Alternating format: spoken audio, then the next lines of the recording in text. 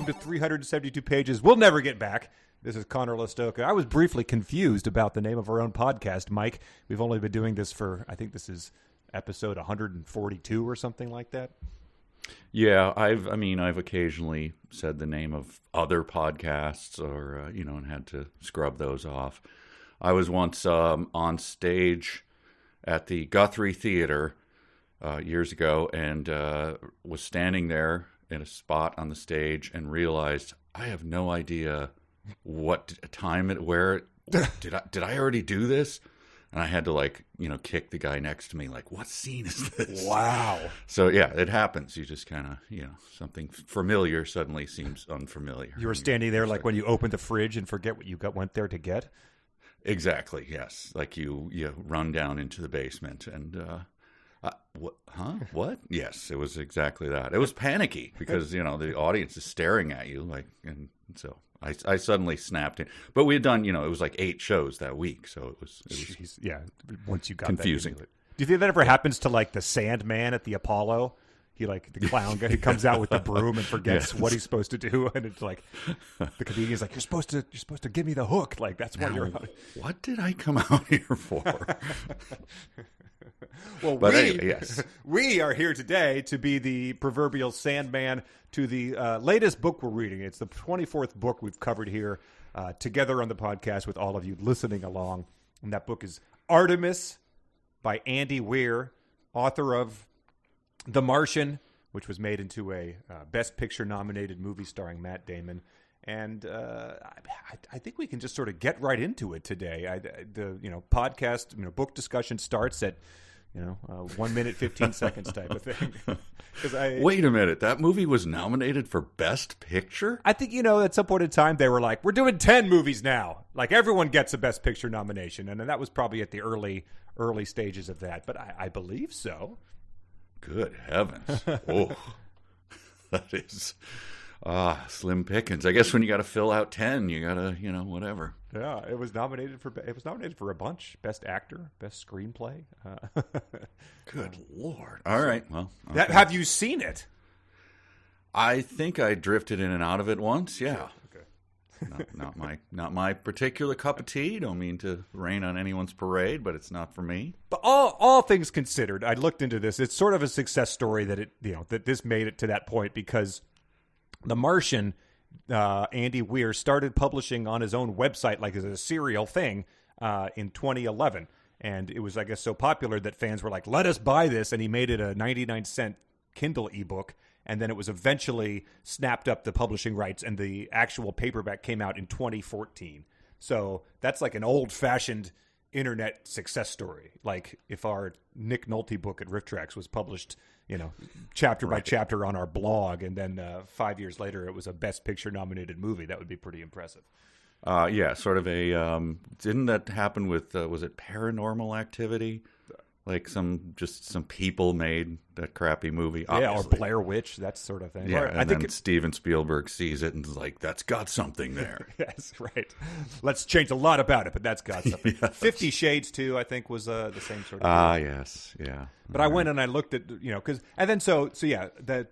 timeline for that was 2011 published it, 2014 paperback book you could buy, hit the top of the charts and everything. 2015, the movie, and then Artemis came out in 2017. So it was clearly he was working on Artemis after this taste of success, and he knew he was making a Matt Damon movie and all this stuff was going to happen. So I think you got to sort of factor that into the thing. Like he thought this was a realistic possibility for this next book. So who do you? Yeah, so we can. I guess as we go along, we'll figure out who he was casting. Yes, in each of the roles, because he was sure. I mean, how hard is it to write a book and then get it made into a Matt Damon movie? It's easy. I did it the first time it happened. Exactly. And so we'll see who he had in mind. But then this one came out, and people sort of rebelled, just like Ernest Cline's Armada, where people were like, "This." The other book was. We sing hosannas from on high. The heavens open up. This is the king of Hollywood. And the next person comes out and like, this one sucks. And any discerning reader can read and say it does suck more, but they clearly they both are cut from the exact same chunk of marble here. Right. Someone suddenly, what do they call that? A preference cascade. Okay. When it's the emperor has no clothes, basically. Yes. Suddenly it's noted, like, hey, this kind of sucks. Right. Yes. Hootie and the Blowfish second album. They're like, what the? We did the exact same thing. Right. But so I looked at some of the reviews for The Martian just to see if, maybe, because we're not going to read it. We have not read it, will not read it. But just to see if this Cline theory might be in play as well. And, they're sort of telling this. They got some of those buzzwords. Sharp, funny, and thrilling with just the right amount of geekery. An impressively geeky debut novel. That's another one. And laces the technical details with enough keen wit to satisfy hard science fiction fans and general readers alike. So I think there's a few red geeky flags there. Red flags indeed. Keen wit. And what is just the proper amount of? Technical details with enough keen wit. Just the right amount of geekery. Geekery. All right.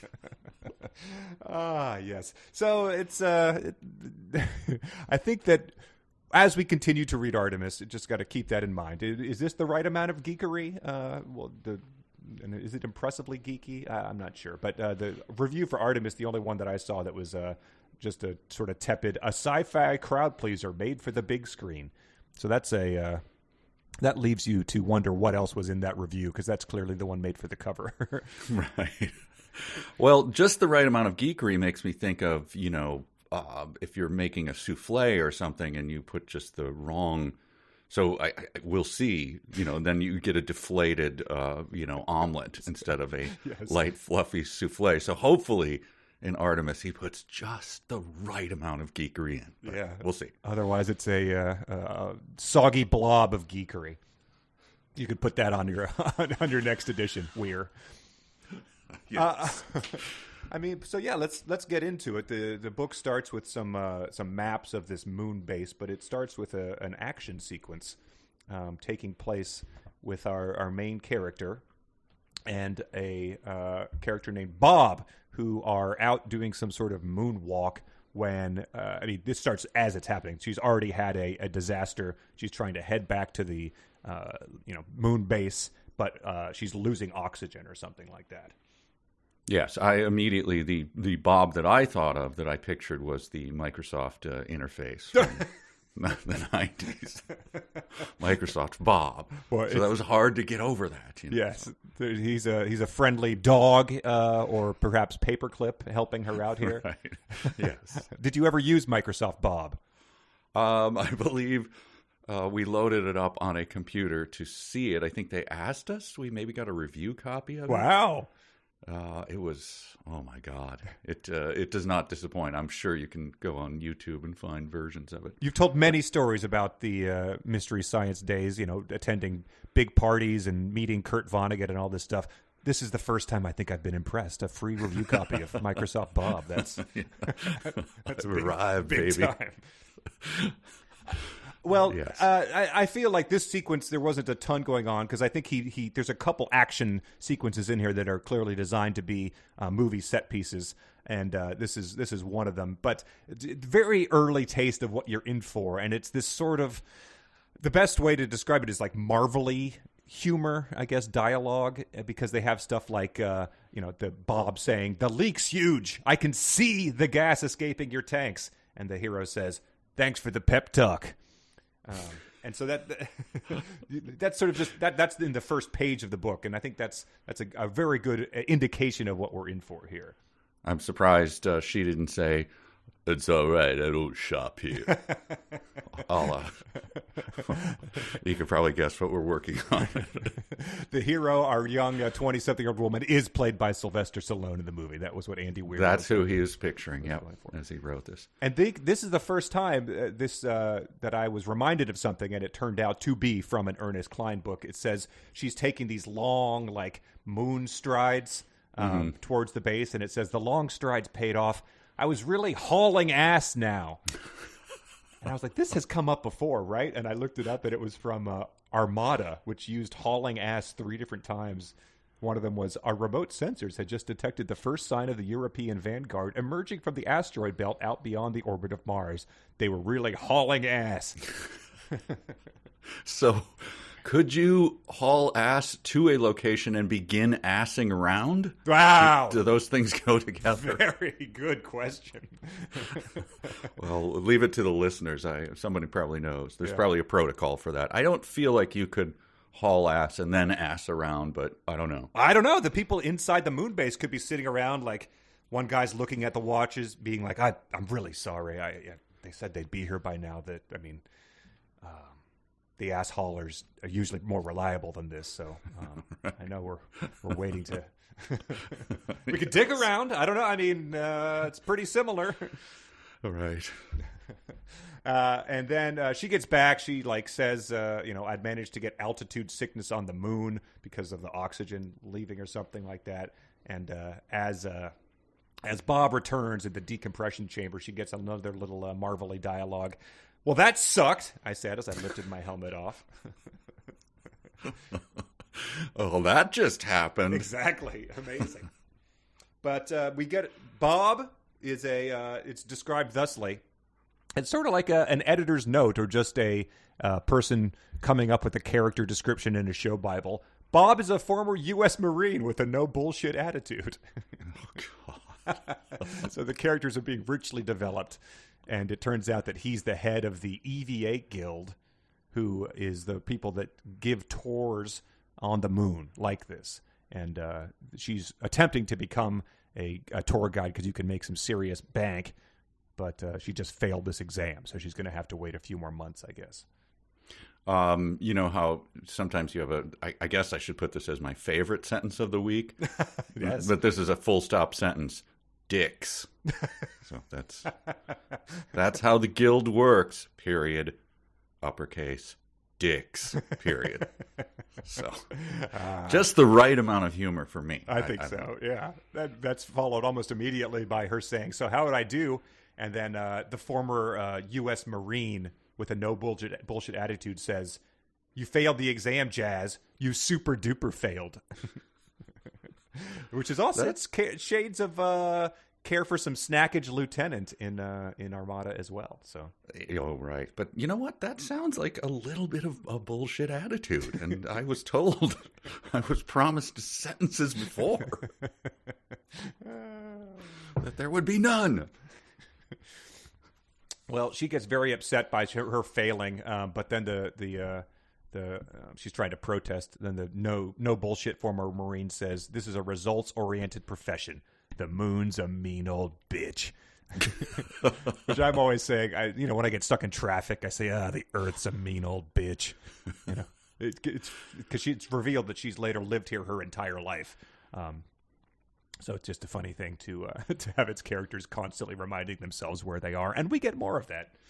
Yeah, but and speaking of the Ernest Clinian nature, which it's going to come up a lot, people, just warning you right now, for obvious reasons. But every character, no matter how they're described, is the same character. You know what I mean? Like nobody has a different. There's no the author putting oneself in the mind of a completely different human and sort of inhabiting it. It's just like, yeah, we're all just kind of snarky idiots. Even if we're no bullshit U.S. Marines. Right. Who just, watch someone almost die. Yes. Speaking of Ernest Cline, well, all right. Someone just wrote in and said they figured out how to do transcripts of the podcast, so you can see how much Cline comes up in this one. But she describes the place she lives thusly: Artemis is the first and so far only city on the moon. It's made of 5 huge spheres called bubbles. They're half underground, so Artemis looks exactly like old sci-fi books said a moon city should look: a bunch of domes. So we get thrown our first, they were doing a variety of 80s dance moves right there. You know that thing you've already seen? It's like that. Picture that. I don't have the energy or the talent to describe an actual moon city. I do wonder, what did they do with all the ancient structures on the moon? Or I guess they just live in a different section of Very the moon. true, yes. Because old sci-fi books, I've already got that pictured. We just did an old sci-fi book. And your little bubbles look nothing like it. Yeah, there is no statues. There's no moon jewels. No, there's no giant footprints. Well, I think it is revealed that it's like 2080. Maybe I just looked on Wikipedia. I don't know when you know that, but also, and this woman is, in her early 20s. So when she caught up on these sci-fi books from Garrett P. Serviss in 1898, I'm not sure, but like, right. Well, you got a lot of time hanging around the welding shop. Sure. Yep. Yes. Okay. And this is the first time I wrote that it's going to be a long ride. It was this. I bet you it's the exact same sentence with nearly the same. Share it with me, please, and I'll confirm. This is what I said. Oof, what are we in for? It needs working class people, too. You don't expect Jay Worth-a-Lot Rich Bastard III to clean his own toilet, do you? And then right after it, if my neighborhood were wine, connoisseurs would describe it as shitty with overtones of failure and poor life decisions. That is exactly the yes. Okay. I wonder, did the writers of what is the sitcom that was on for years that we never saw, the two broke girls or something? Sure, yeah. Kat Dennings and the other one. Yes. Did they bring one of the writers in like? If you were a wine, I'd describe you as shitty with overtones. Hands on hips, like, as the audience goes nuts. Yeah. I quoted Frank Costanza just about Andy Weir. I said, this is not my kind of guy.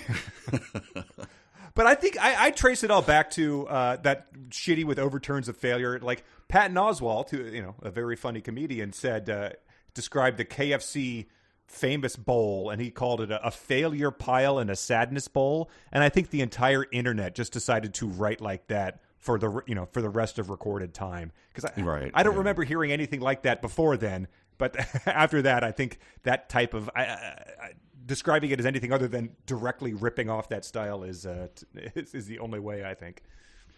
Yeah. I mean, I think as comedy writers, we probably have fallen into traps where people listen to our stuff from 10 years ago and go, oh, come on, guys. It's like, yeah, I guess maybe it was in the air. Sure. We try to avoid that as much as we can. Yeah, exactly. But please do not send us all the countless examples of ripping that off. But I think you can consciously say, like, come on, people don't talk like that. You could read that in the comments of a Gawker blog and say, all right, that was a good comment. But saying it out loud is just a different type of it's a different animal. Well, I'll go back to your is it Frank Costanza? Yes. Is it with this one, there's only one use for a coffin. That is the place she sleeps. Sleep. Well, okay, there's another use, which also involves being horizontal. But you get my point. Brother. God. This guy, he's not my type of guy. Just like we've said before, the type of things that you like read, but no one ever says the horizontal mambo. That's for like the horny friend to say in a movie. That's not right. James Wen's roommate says that. Yes. James Wen's character's roommate. You know what I'm saying? Right. I think it's just like everything else in those movies is probably based on something. It's from real clear life. he was. Yes. Well, this is another good thing. This is a 24-year-old. Let's stick with that. Saying this in 2082. My coffin isn't going to be featured in Better Homes and Moonscapes anytime soon, but it's all I can afford. So I'm glad that Better Homes and Gardens magazine survives as a reference point 60 years into the future. Yes. It gives me hope for print media. Yeah, right. It's I'm assuming she also reads Woman's Day and Newsweek. She's also up on her World War I artillery too, because it says each bubble has 6 centimeter thick holes with a meter of crushed rock between them. You could shoot a howitzer at the city and it still wouldn't leak. My goodness, howitzers! Wow. Yeah, that's amazing. And so you pointed this out to me. You warned me, like, get ready for this. And so this is, I don't know which reference this is. sort of doing world building in this first chapter here. That's lunar gravity for you. Anyway, I hopped up the tourist stairs until I reached ground level. Walking up 15 floors of stairwell probably sounds horrible. I didn't actually think of it, but it's not that big a deal here. I wasn't even winded. Yep. Like, yes, we get it. We get it. There's already been mentions of her, leaping and going fast. Like, when you're on the moon, it's different gravity. Yes, it's already happened like 25 times. The 15 flights of stairs probably sounds horrible. Not 2 paragraphs before it says, it's only 1/6 of Earth's gravity. Walking doesn't take much energy. So it gets to be like the over-the-top announcer who they realize that no one understood the rules of professional arm wrestling tournaments. So they keep having to be like, please, remember, ladies and gentlemen, it is a double elimination tournament. It's like someone is blaring that through Artemis at all times. Please remember, this is the moon, and gravity here is 1/6 of the Earth. I just absolutely love that movie obviously went through audience testing, and every card came back with Stallone lost, and I was very confused. So back into the cutting room, and then the voiceover just behind. And then they showed it again, and people were like, but he lost. Oh, you didn't hear the announcement? All right, put it in again. Double down. It's literally like 15 times. She meets a character that reminded me of the beloved character IROC from Ready Player One. That would be Dale. He is introduced thusly. Well, if it isn't Jazz Bashara, said a nearby asshole. Oh, God. Yep. And his name is Dale, so I was hoping we'd get introduced to his buddy Chad as well, but that would have been too big of a coincidence. And he says, I heard you failed the EVA exam. Tough break. I passed on my first try, but we can't all be me, can we? And she tells him to go to hell, and then he smirked in a very punchable way. So that makes me somewhat ashamed of having used the term punchable in the past. I might have to retire that one. I like the word. Yeah, I was chagrined by it as well. Yes, but we can't wipe out every word that Andy Weir uses. That's true. That's true. Yes, but we will wipe out this. This was written in a book. This is our main character. We're supposed to like, presumably, right? We're supposed to like this person. Oh yeah. Hey, remember that time I gave a shit about what you have to say? Oh, wait, my mistake. That never happened. Oh, my God. How old are you? Really? Sassy, like kid who hassles the babysitters club or something. Like if you were allowed to swear on Full House, that's the kind of line you would have. Like. Also, right before that, if you were in the tunnel at the time, ellipses, well, it sucks to be you. I don't think I've ever said that, so you can go back and check the record, but I don't think I ever have. Yeah, I'd take the under on you using that. Yeah. We get some more world building. There's different parts of the moon, and there's like the working class area, but then there's like the luxury, like Vegas type of thing, which has hotels, casinos, whorehouses, theaters, and even an honest-to-God park with real grass. And it essentially sounds like people are mostly coming to the moon to go shopping. Yes. They have an arcade that doesn't bother to list prices. If you have to ask, you can't afford it. And it says people come and stay. Wealthy folks make annual trips and stay in nice hotels. And my, oh my, do they shop. So just talk about, I think we talked it before, just the Garrett P Serviss, how everything looked like something on Earth. Because he didn't have enough imagination. We have that exact phenomenon right here. Like, why would we go to the moon? To like bask in the wonder, to see something else that no one else can do. Oh no, we're just going to go buy some like luxury watches. We're going to never actually go out on the street, just go through those tunnels, I mean, it's just Vegas. It's exactly Vegas. Yes. But I had the same feeling about it as like, you're on the moon. When I go to Vegas with friends, I bugged, the first time I went, I bugged a bunch of people by going, shouldn't we like drive to the dam or something? Like, why are we just walking around? Like, they have casinos in Minnesota. This is not that different. I mean, they're a little nicer. There's a little less cigarette smoke in the air, but I've seen this all, guys. But they're like, come on, man, it's Vegas. You got to do this. Yeah, it's not like you can go bet on something that's illegal, a cockfight or something, or like I guess they do have chicken tic-tac-toe. That's pretty cool. Yeah, that's true. But yeah, she's just describing that people, and she has contempt for kind of the middle classers who do it. Like they save up their money right. and come to the moon and stay at, Motel 6s or whatever right. On the moon. And she has contempt for them. Right. She's her stated desire throughout the entire book is to get rich. That is all, no means to the end. It turns out she's engaging in illegal activity, but she's, working as a porter or something like that. But that is her motivation here. Mm-hmm. We also get this little bit of world building, which I think this is the way to do it in your sci-fi books. Don't let things just sort of happen naturally and trust that the audience is going to figure it out once they get grown up enough. Yeah. She says, I checked the landing zone schedule on my gizmo. More about those later. But it says, no meat ship today, parentheses.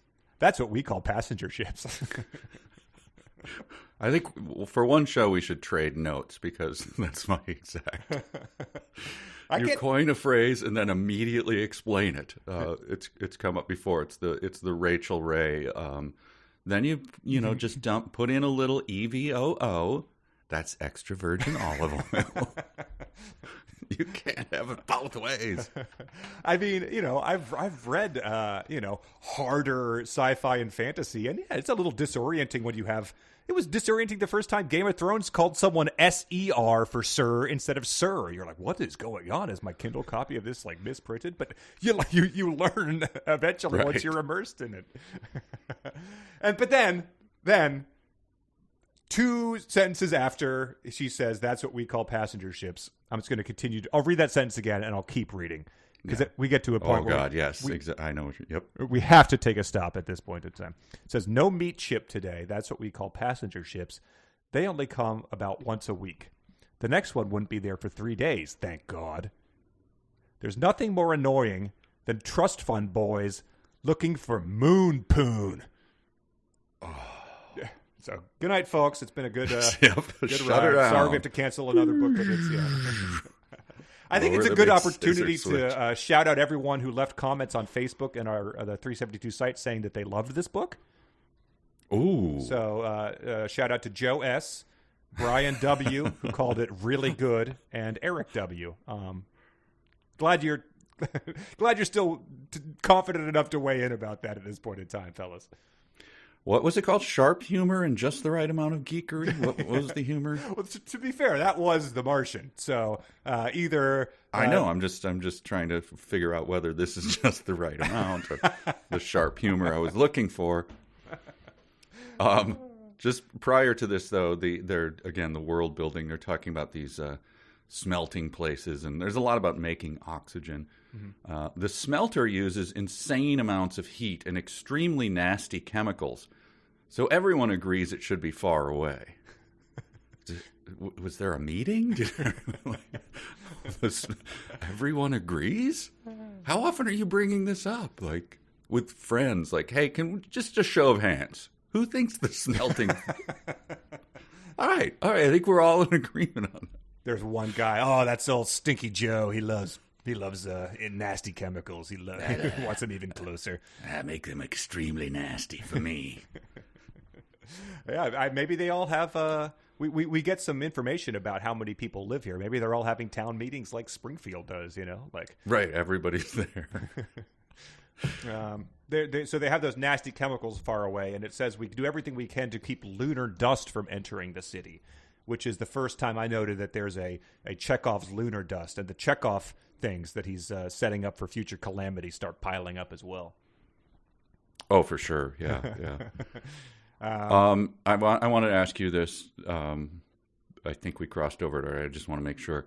Did you laugh at this? Speaking of the humor of this book, I'll just read it and see even maybe that little bit of air you blow through the nose when someone... Okay, sure. Wry shouts and murmurs kind of humor. The kind of... I acknowledge that you said something. This is with her... she meets the guy who kind of raised her, I guess, when her dad kicked her out. I don't know. Oh, Nakatoshi? No, sorry, Nakoshi. Nakoshi Plaza, yes. He was family to me, like a beloved uncle. Get in line with the other porters, you little shit.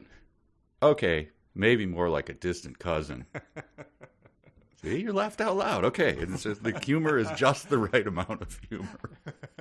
Well, yeah, just the right amount of humor. I mean, Gilligan's Island had that sort of style humor too. I'm not going in there. I am not going in there. Boing. You can't make me do it. Wow, wow. Okay. We get this. I do want to mention they had something about how there was a huge Kenyan flag flying, Kenya Space Corporation, and then they left it at that. Which we said the world building was crappy. That one did leave me wondering what was going on. They explained it a bit later, but just if you're not reading the book, Kenya has a huge presence in this so far. Yeah, I did. I give him a little golf clap for not immediately explaining that. It comes a couple paragraphs later. Sure. Okay. So. Yeah. Exactly. I want to give some credit where it's due, mostly because it allows us to gloss over some of the other parts. But it says Nakoshi is essentially the head porter. She smuggles stuff for money on the side. Mm-hmm. Yeah. And it says she's buying something off of him or running something to a delivery. It says, I brought up my Gizmos banking software and initiated the transfer. The Gizmos did whatever magic shit computers do to identify each other and verify. Nakoshi picked up his Gizmo, checked the confirmation page, and nodded with approval. He stamped the box. Are you ready for some just the right amount of cleverness and wit? I had this for you as well. Yes. Okay. Go ahead, please. He stamped maybe you might have the previous joke. There's two jokes in here. Okay, go ahead. There are several jokes in this. Yes. I'll read my joke. Okay. He stamped the box. What's in there anyway? Porn, mostly. Starring your mom. Yes, okay, that is what I had. Sorry.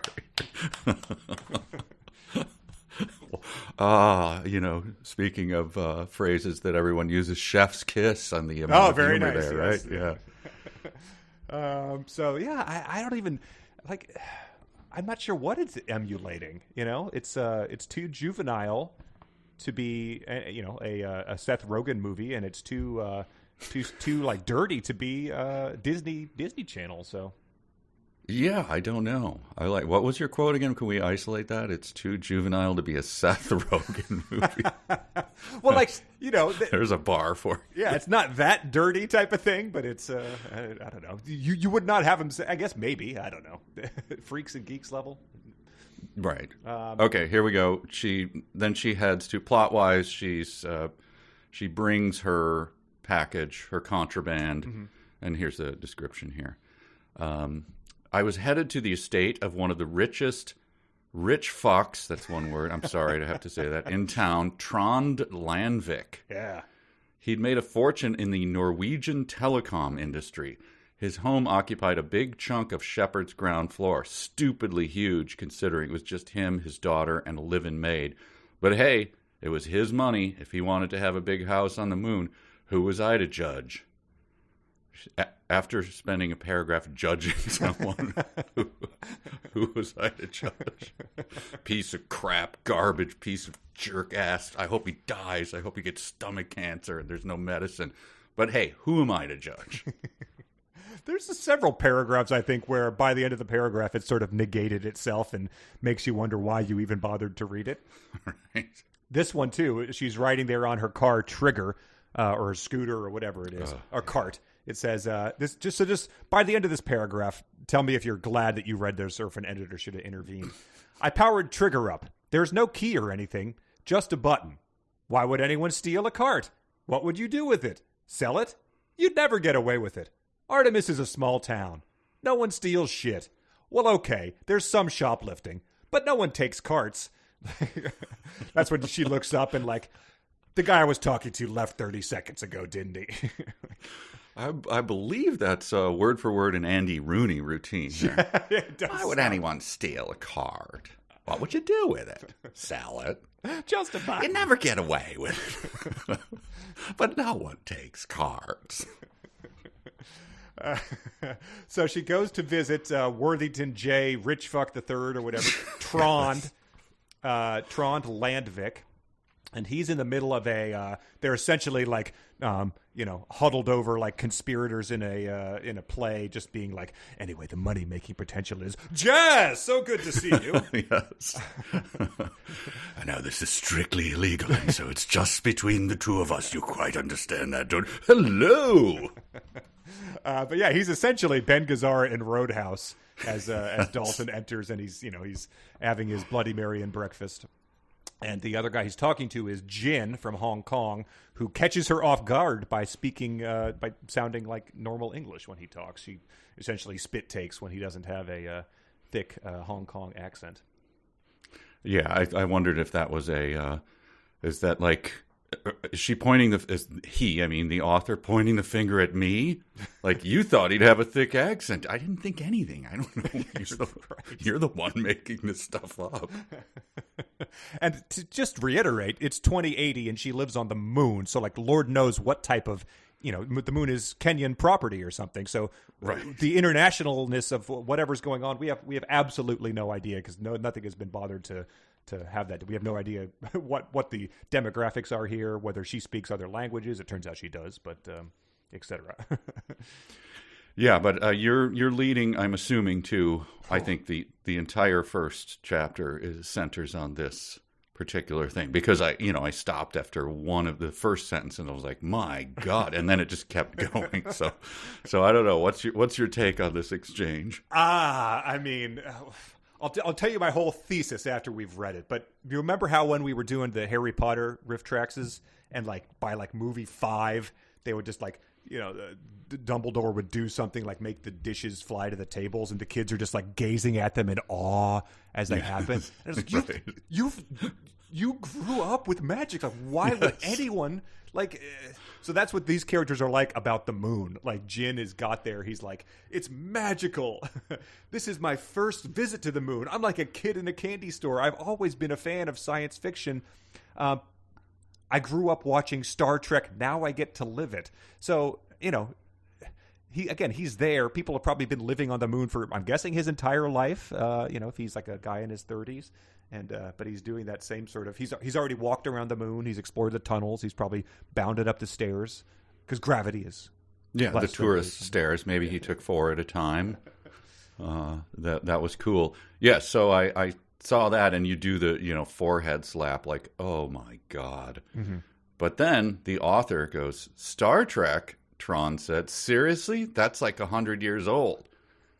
Okay, but you made up this character, idiot. Yes, you want to mock the reference and wallow in it? And then Jin continues. Go ahead. Quality is quality. Age is irrelevant. No one bitches about Shakespeare, fans. Fair point, but there aren't any hot alien babes to seduce here. Why not? You can't quite be Captain Kirk. That's a 50-year-old billionaire who just said that. Yeah, here we go. Actually, Jin Chu held up a finger. Oh, my God. Kirk had only slept with 3 alien women in the entire classic series, and that number assumes he slept with Elon of Troyes, which was implied but never made clear, so it might be just 2, which I realize I should have been reading in that voice the whole time. I'm very embarrassed. Actually. Yes, he gives him an actually. The author actuallys himself. He brings up a stupid crap that no one ever would bring up, ever. You're on the moon. Mm-hmm. And then he holds up a finger to himself. Like, actually, now that you mention it, like, you're mentioning it. You don't get to say.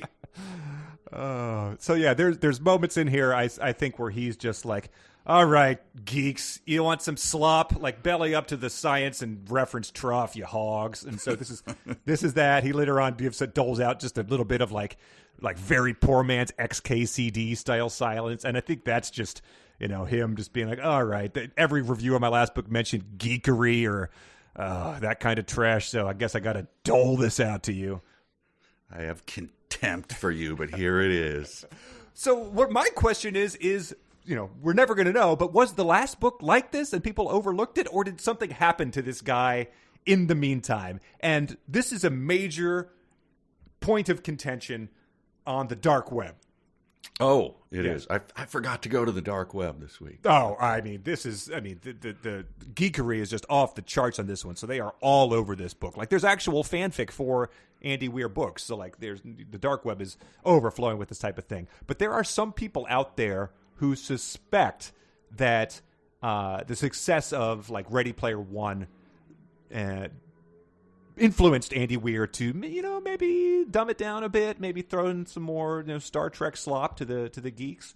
And some people have speculated even as much that Ernest Cline, like, himself intervened in the process of the writing of Artemis. Oh, wow. Okay. So it's like Truman Capote wrote Kill a Mockingbird. Yes, exactly. Yeah. Or, Kurt Cobain writing the Courtney Love Live Through This Hole. Or, didn't they say that Steven Spielberg directed in name Poltergeist, but, like, Toby Hooper put his name on it or something? Yeah. Something like this that. goes deep. Okay. Exactly. So some reenactors speculate about how this might have happened, how Artemis got down to this level so quickly from the heights of the critically acclaimed The Martian. Let's take a listen.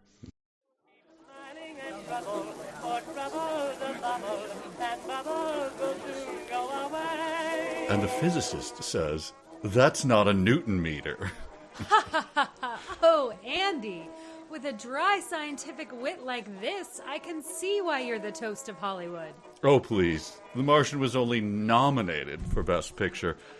I'm just Michael Collins back on the Eagle watching Buzz and Neil gallivant about. Oh, how I love erudite humor. Listen, I must introduce you to Christopher. He told me at Marty's Oscar party that he'd love to direct your next work. Christopher Nolan? I'll have my people set up a meeting yesterday. He often integrates time manipulation into the style of his movies. Oh, Andy, you're an utter delight. Ha! I'll be right back. What a delightful lady. What a delightful night. And my, that pet gnat was truly smashing. I wonder if I could get one more. No, where? Best to keep your wits about you. You promised your agent you'd get started on book 2 tomorrow. I'll just say hello to Christopher and then... What's up, Snoochie Boochies? A little Clerks reference there. Classic 1994 80s comedy. Hey there, Ernest Cline. I am ready to believe you. A goofy grin worked its way onto his face as he felt himself quoting the classic 80s comedy Ghostbusters. Well, this night continues to astound. Andy Weir, it is nice to meet you, Ernest. Great Scott! The guy that wrote the classic novel The Martian. Oh, I'm more excited to meet you than the time I finally figured out the right joystick sequence to get past that bridge dragon in Dragon's Lair. All right, what are you drinking, Andy? No, nothing for me, thank you. Big day tomorrow, and in fact, I was supposed to meet Christopher Nolan. Hey, Lloyd! Shining bartender. Give me 2 pan-galactic gargle blasters. Hitchhiker's Guide. And I really shouldn't have, but, hey, as F. Scott Fitzgerald said, here's to alcohol, the rose-colored glasses of life. Yeah, and as He-Man said, by the power of Grayskull. What? Drink up, Weir. Oh, whole thing in one shot? Huh? I do say, that is a potent potable. Woo-hoo! I feel the need for a chaser. Definitely. Well, it was great to meet you, Ernest. Oh, come on! Don't be a Brian from the Breakfast Club. Stick around. I want to get to know the hot new sci-fi author. Look at us here, Weir and Cline, drinking together, mass hysteria. Ghostbusters. Ghostbusters. Yes. Well, okay. Look at us. Hanging out like we're Tango and Cash. Huh. That's weird. I meant to say Watson and Crick. Well, I don't know who they are, but you better believe I've pulled off repeat back-to-back viewings of TNC. Great movie. Yeah, I've got the Cash Funko Pop. I'm still trying to track down Tango. Oh, man, those look so awesome on my alphabetically arranged DVD shelf. Whoa, what the hell am I saying? I loathe Funko Pops, and I am not in my early 20s. Why would I have a DVD shelf? So, A book you wrote. It's pretty well received, huh? What do you have planned for a follow-up?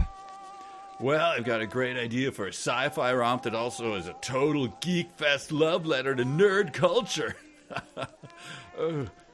Oh, you know what, Ernest? I don't feel so good. You must excuse me. Yeah, well, look, Weir, I'm going to level with you. Martian is making me look bad, so slip this into your drink like the iocane powder scene in the classic 80s comedy, The Princess Bride. What is that? Oh God. You dosed me with epic awesome sauce? That's right. What are these feelings? I'm angry about a Star Wars movie, but I'm in my 40s. That shouldn't be possible. I should buy the soundtrack to Secret of the Ooze on green vinyl. Geddy Lee must attend con and get epic swag haul. Oh, Cline, what have you done?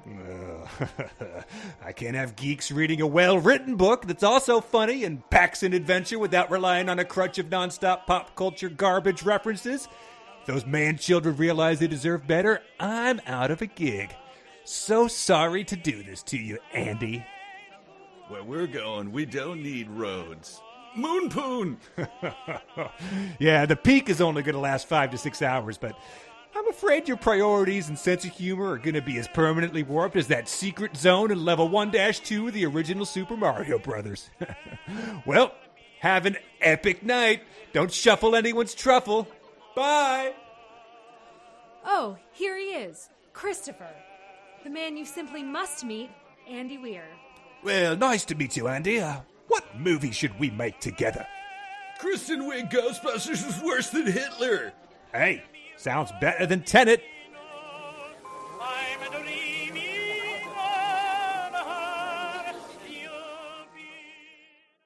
Wow. Okay, that's how it happened. It's I mean, shocking it sounds stuff. plausible. It's. I mean, if you can think of a better explanation, I'm sure the dark web would like to hear it. But stay away from epic awesome sauce is my takeaway. Yeah.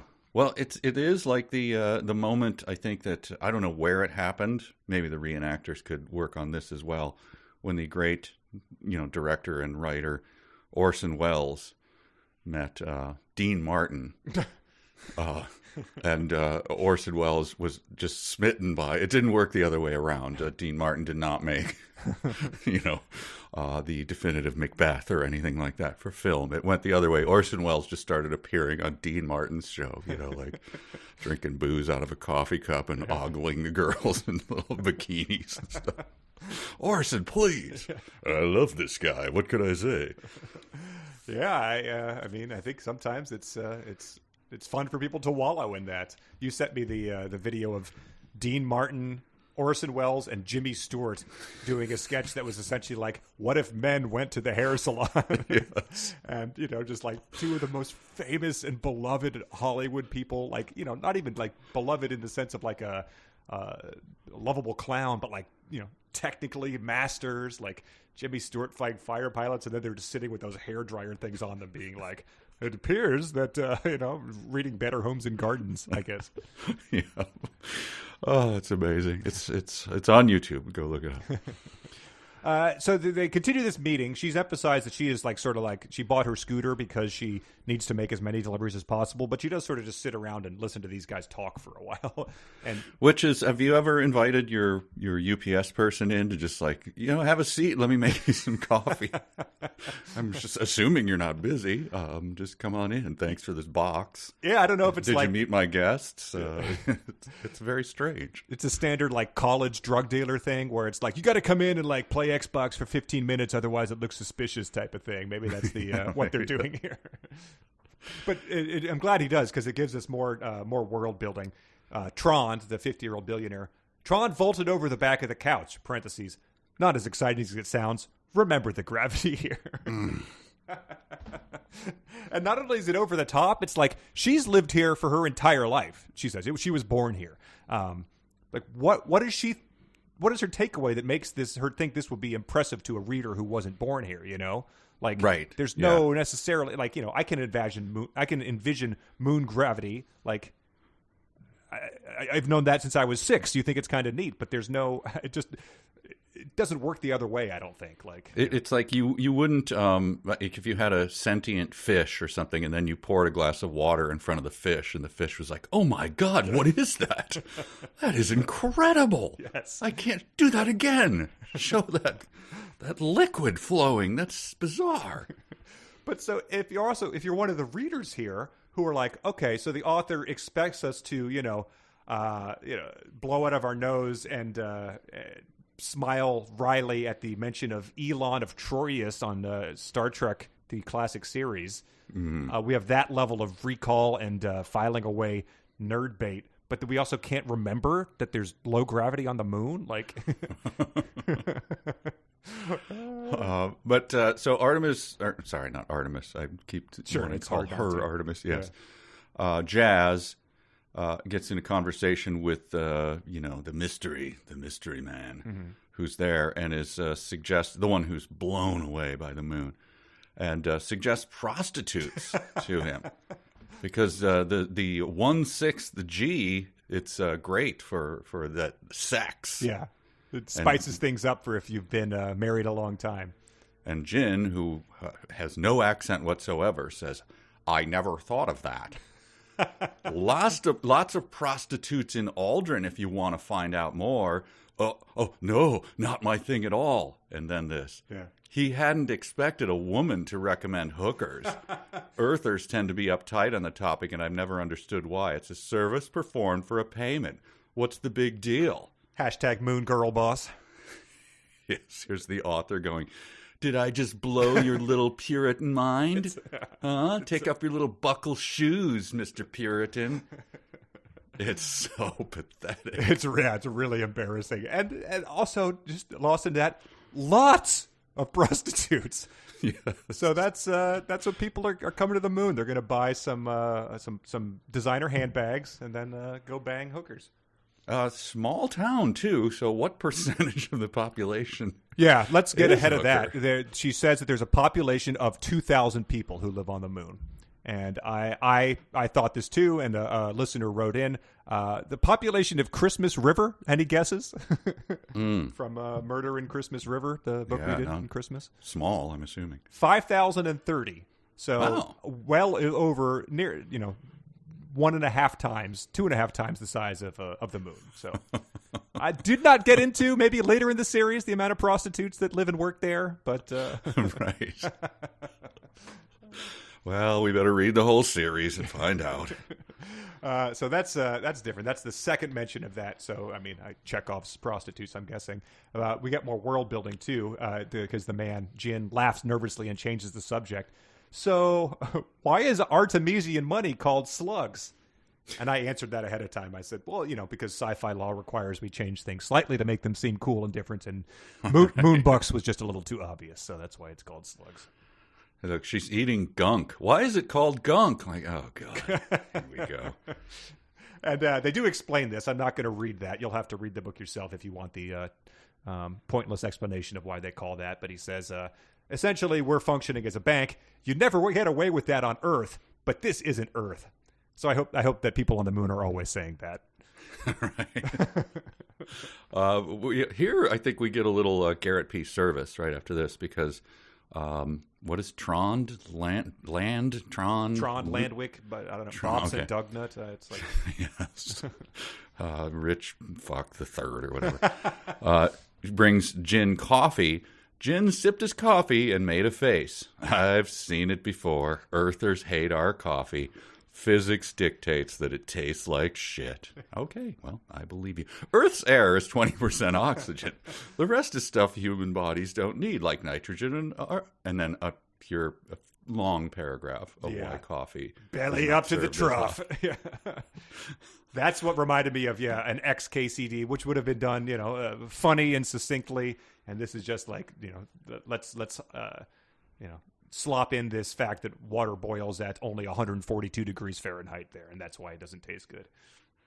And again, something that would not be like, I've seen it before. I've been around this block. Not my first rodeo. Let me describe it for 7 minutes now.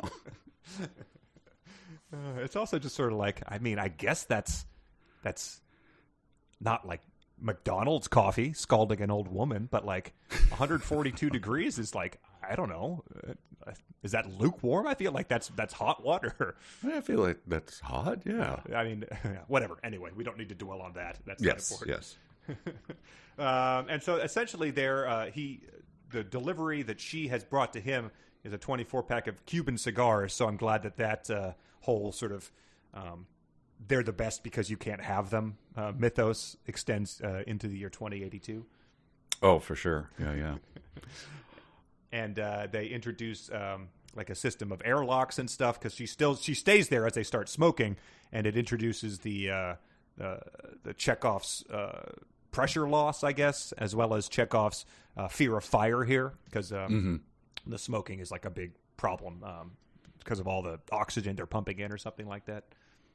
Yeah, I think I once lived in an apartment where they said, no, you can't have grills on the deck. Mm-hmm. Yep. No, the fire is an issue here. You drink too many margs on the deck and pass out in your folding chair, you're going to burn the deck above you. So, yeah, understood. But in the middle of that, which, we didn't have to be told that you can't smoke cigars on the moon, but whatever. Sure. In the middle of that, we get this. What have we here? Jin asked.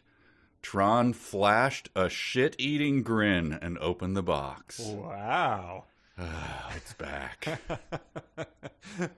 That's the Cline flashbacks going through his system. I mean, for the record, I absolutely hate the saying. I hate it. But the fact that anyone would ever repeat it after hearing it once. True. Come on, man. But yeah, it's in a book. It is. It's a cliche that doesn't need to be. I wonder what the origins are, but it didn't need to persist, 60 years into the future. No. But he has Tron has a special air filtration system in here. He says, through a shit-eating grin. So I don't know how that works. I have a special air filtration system in here. That's all I have. Do you have anything else in the actual chapter? Nope. Ends with that, with the grin. And then these chapters, so far, everyone in our section, the first three, end with a series of letters between Jazz and a boy named Kelvin who lives in Kenya, and they sort of pen pal back and forth. And oof, these are tough going, man. Did you? I'm skimming on these. Yeah, I mean, there's some funny stuff in there, but I did miss something key at the end of it till listeners wrote in. But yeah, this is where they introduce Gunk. We get a good moment. I think they're like 12, 13 here, maybe even younger, 10. But Kelvin gives us a good turn to the camera moment in his first letter. He says, "I'm Kelvin." He's 9. "I live with my mom and dad. I have 3 sisters. They're jerks, and the 2 older ones beat me up. But I'm getting bigger, and someday I'll beat them up. I'm just kidding." Turns to camera. "Boys should never hit girls." Okay, 9-year-old pen pal. That's good. And my other takeaway was that he writes about how good their internet is here. So they have no lag, which is very important. No lag at all. Yeah, that's very important. Yeah, and these for some I assume these are going to be important, but after every chapter, they grow up a couple years and show the letters. Oh, yep. I don't know where this is leading. Oh, yeah. I assume he's going to come to the moon or something. But yeah. Yes. But yeah, she also says that gunk, which she talks about, keeps going on, is a dried algae and flavor extract, and that's something that they grow on the moon, and it's gross. So it's their own little Soylent Green or whatever you eat in the sci-fi book. Yeah, and also they've doled out information about her sporadically. Like they had one section where it's like, "I put my hair in a ponytail," and that was the first time you learned she was a woman. And then he says something about you Saudis don't know anything. So then you learn that she's her father was from Saudi Arabia, and that's just I don't know. Maybe that's important, but also probably not. And I think she says later that all the Saudi Arabians become welders. I enjoyed the ethnic stereotyping there. Yeah, that's just what happens. Weird ethnic stereotypes of the future. Yes. Well, let's move on to chapter 2. We can do fanfic after the next one, I think. Okay. Oh God, I forgot I have to do fanfic. Oh boy, yeah, it's I'm gonna eat it on this. Quite special. Chapter 2. Geez, it starts with her picking up a package to drive another couriered package somewhere. The package was approximately 100 kilograms. No problem for me. I can lift twice that without breaking a sweat. Not many Earth gals can say that. Sure, they have 6 times the gravity to deal with, but that's their problem.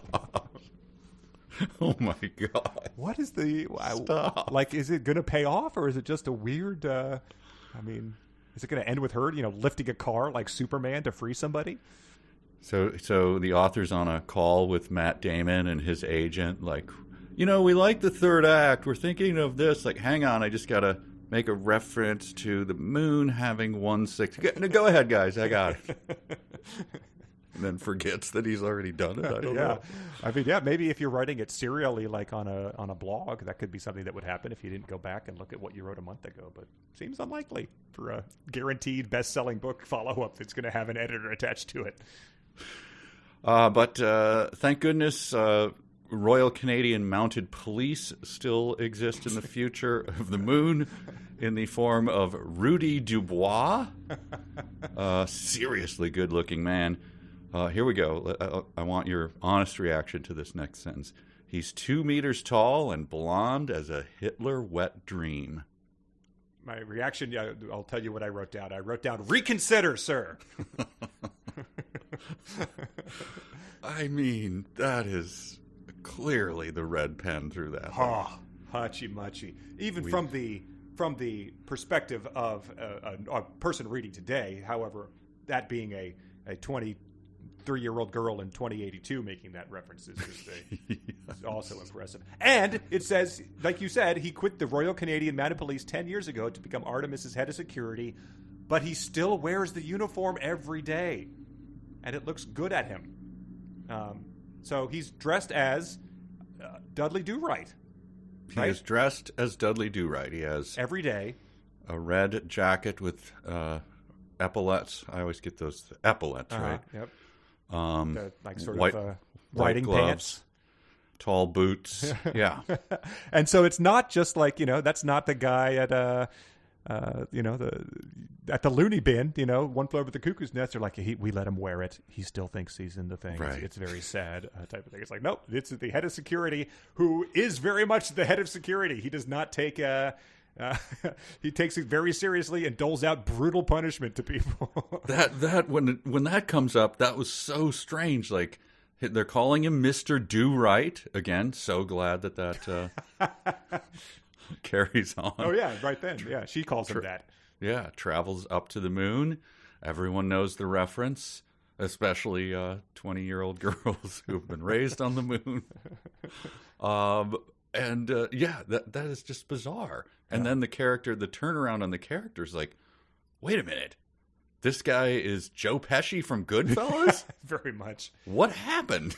Yeah, so he walks into a monitoring hall where all the monitors. So the welders are all Saudis, and everyone who monitors things are Vietnamese. Vietnamese, yes.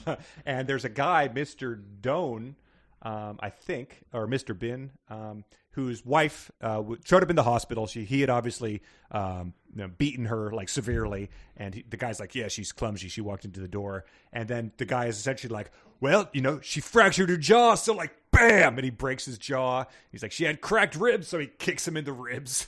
He chokes him because he had marks on her neck, all while he's dressed as a Canadian Mountie. So this guy getting beaten up is, he's I hear your wife had a black eye this morning. What is happening? Wham! Oh my God! Yeah, it hurts, doesn't it? He says that he's already thinks he's got a concussion, and I'll just assume he does because I just beat the shit out of him so much. And at the end of all this, he's beaten this guy up, crumpled to the ground, and she says, she talks about the one time he restrained her. His grip was like an iron vice. I still think about that sometimes late at night. So she's getting turned on watching the whole thing go down. But no, this is also one of those sketches where like, wait, what was this? One time he restrained me with one hand while typing on his gizmo with the other. I was trying really hard to get away, too. His grip was like an iron vice. Stay right there, young lady. This is so strange. Yeah, I think that he's been trying to like catch her, smuggling things. He knows about it type of thing. So yeah, maybe that was one of those.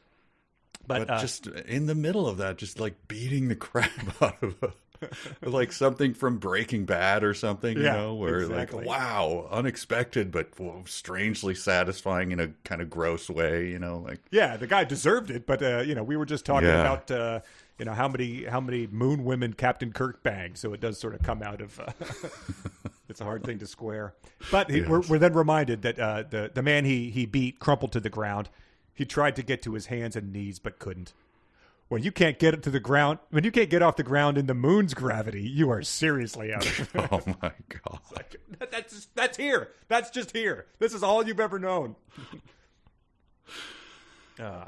Great. And she ends up saying, that's just how justice works around here. We don't have jails or fines. If you commit a serious crime, we exile you to Earth. For everything else, there's Rudy.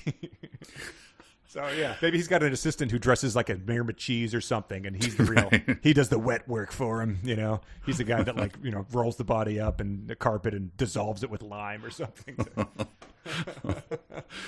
But, like a noir, the special delivery was the guy he was going to, whose jaw he was going to break. And the delivery is to bring this guy to the hospital, to the doctor.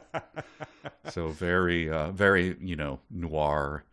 Like I had to stop. I just swing by and pick up a package. Turns out the package had a broken jaw. Very nice.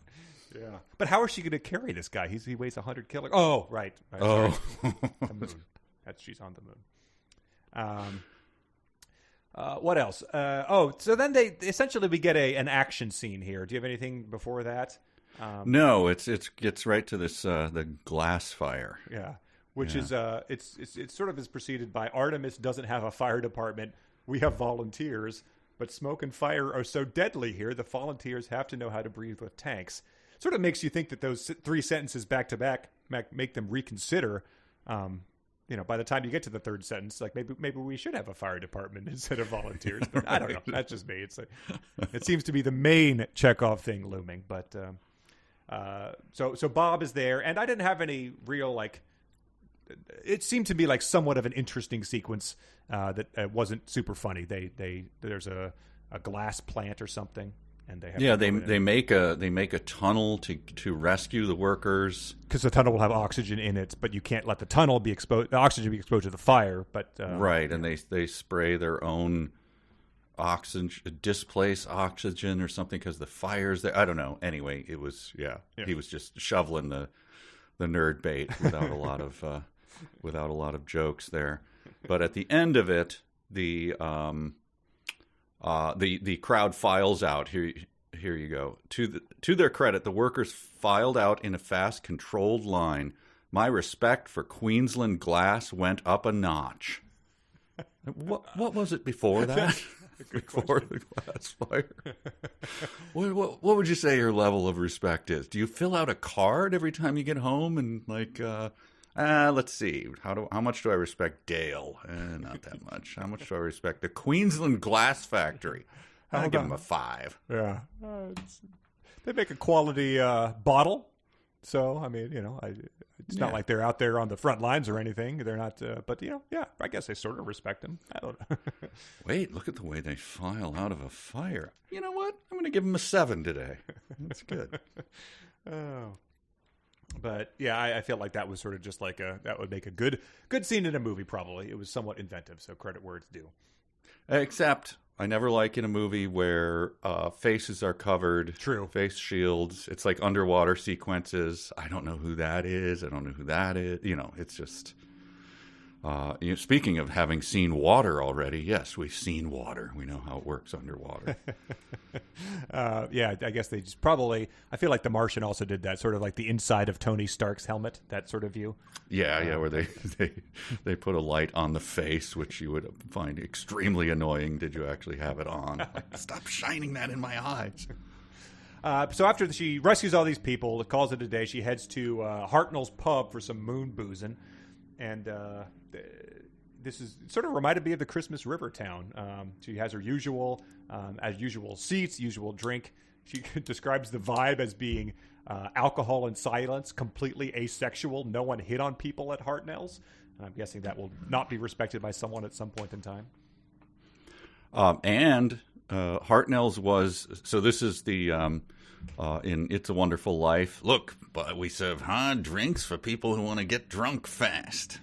Hartnell's was for drinking, and you could get any drink you wanted as long as it was beer. Boom! So a joke for the Henry Ford crowd there. That's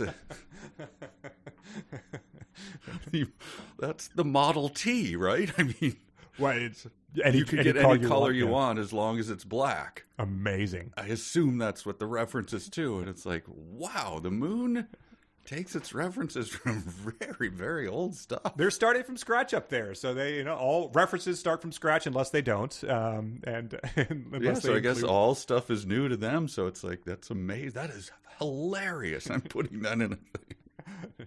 What's this fly doing in my beer here? Appears to be the backstroke. It's a Wonderful Life, though. That was the movie with the guy from the Dean Martin show, right? From the Dean Martin show, yeah. That's where you recognize him from, yeah. So she enjoys a reconstituted German beer and does a little looking into the what the Trond was sharing with Jin, the mysterious package. It had Zaffo written on it, Zafo. Mm-hmm. So she says she brought up a web browser on my Gizmo and searched for Zaffo. It was blah blah blah, a conjugation of something. And I was like, so when was there resistance from a lot of people when you just decided, hey, everybody, your iPhone, the thing you carry around in your pocket everywhere and we've had for decades, we're going to call those gizmos now. Yes. It's the exact same thing. You pay people with them, you type, you can web browse, but now they're gizmos because we're on the moon. Yeah, and this was written when, tapping your phone to pay and everything already existed, so there's nothing here that's new, but we call them gizmos. Named after the lead character from the classic 80s horror comedy Gremlins, directed by Joe Dante. But the bartender, who is, what's his name? Billy. Okay.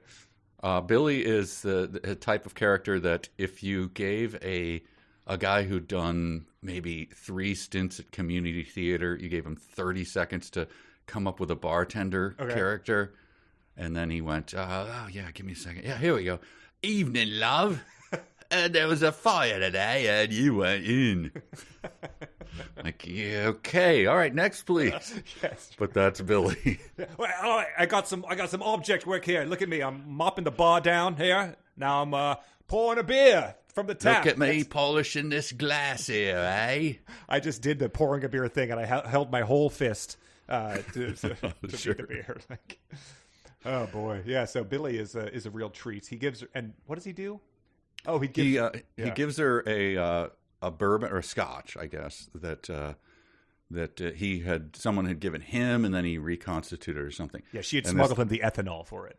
Yes, and here's the response. I spat it out in disgust. It tasted like Satan's flaming asshole. Again, the Two Broke Girls writers came in and handed them a joke. This is one we'll never use, but maybe you could put it in your book. Yeah, but they can't. That's a network TV show. It's purely relegated to a internet blog, a tweet. Eat a flaming bag of dicks type of comment. Like it's from that same linguistic tree. Just terrible. But in case you were again, just the perfect amount of humor, whatever. Billy, I've swallowed better tasting stuff that came out of people.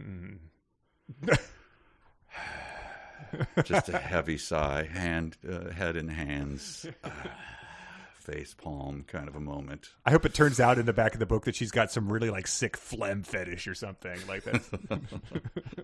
That's what she's talking about, not the other stuff. Yeah, just deep sighs are what's happening here. But there's still some delightful stuff like this part. Remember, Ready Player One had the woman in the house coat, I think. Yes. She's talking about sleeping in her. Once she gets enough money, she's moving into her own place. She wanted to sleep in her coffin, and which Ready Player 2 had coffins too. Remember spider coffins? Yeah, exactly. But she says, "I wanted my own bathroom. Doesn't seem like a big deal, but it is. I realized that around the 100th time, I had to walk down a public hallway in my nightie to take a midnight piss."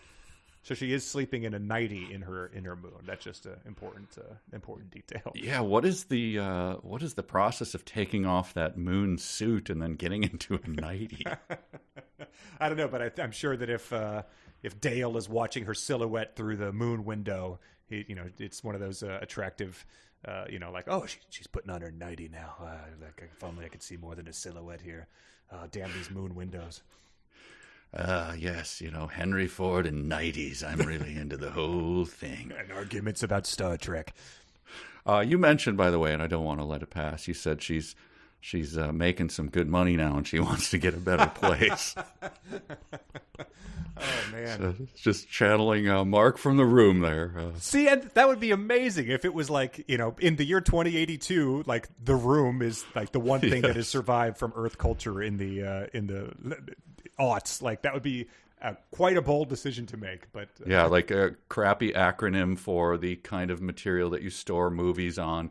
Right. All we had was one ASR. The ASR only had 3 movies on it, and then The Room, Uncle Buck 2, and oh man. See, take some bolder risks, you folks. Everyone's still arguing about Star Trek 150 years in the future.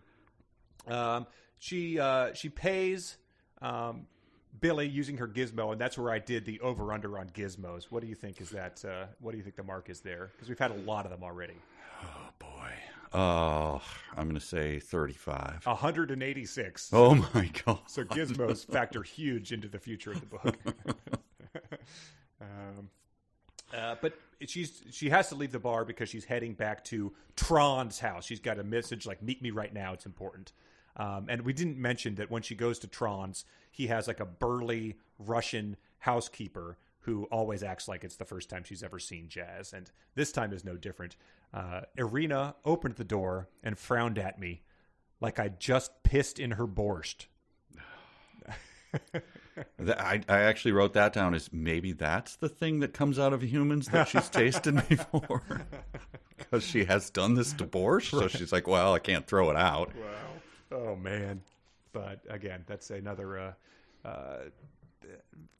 turn of phrase that I guess we've all heard, but no one would ever actually use. So just to clear this up, we've got the Vietnamese in the factory getting the shit kicked out of them. Room. Yeah, they beat their wives and monitor the control room. We have a Cockney gent running the bar. Uh-huh. He makes his own whiskey, though, And then she goes over and sees this tot who's a stiff Russian woman who eats borscht for the rich Danish or Swedish? Swedish, one of the two. I don't know. Okay, sorry. Sure, I'm not confusing the two. I just don't remember. But so yeah. Anyway, he was smuggling with a guy from Hong Kong. And there's a Canadian Mountie who's and a Canadian bloodthirsty LAPD member. The moon in 2080, ladies and gentlemen.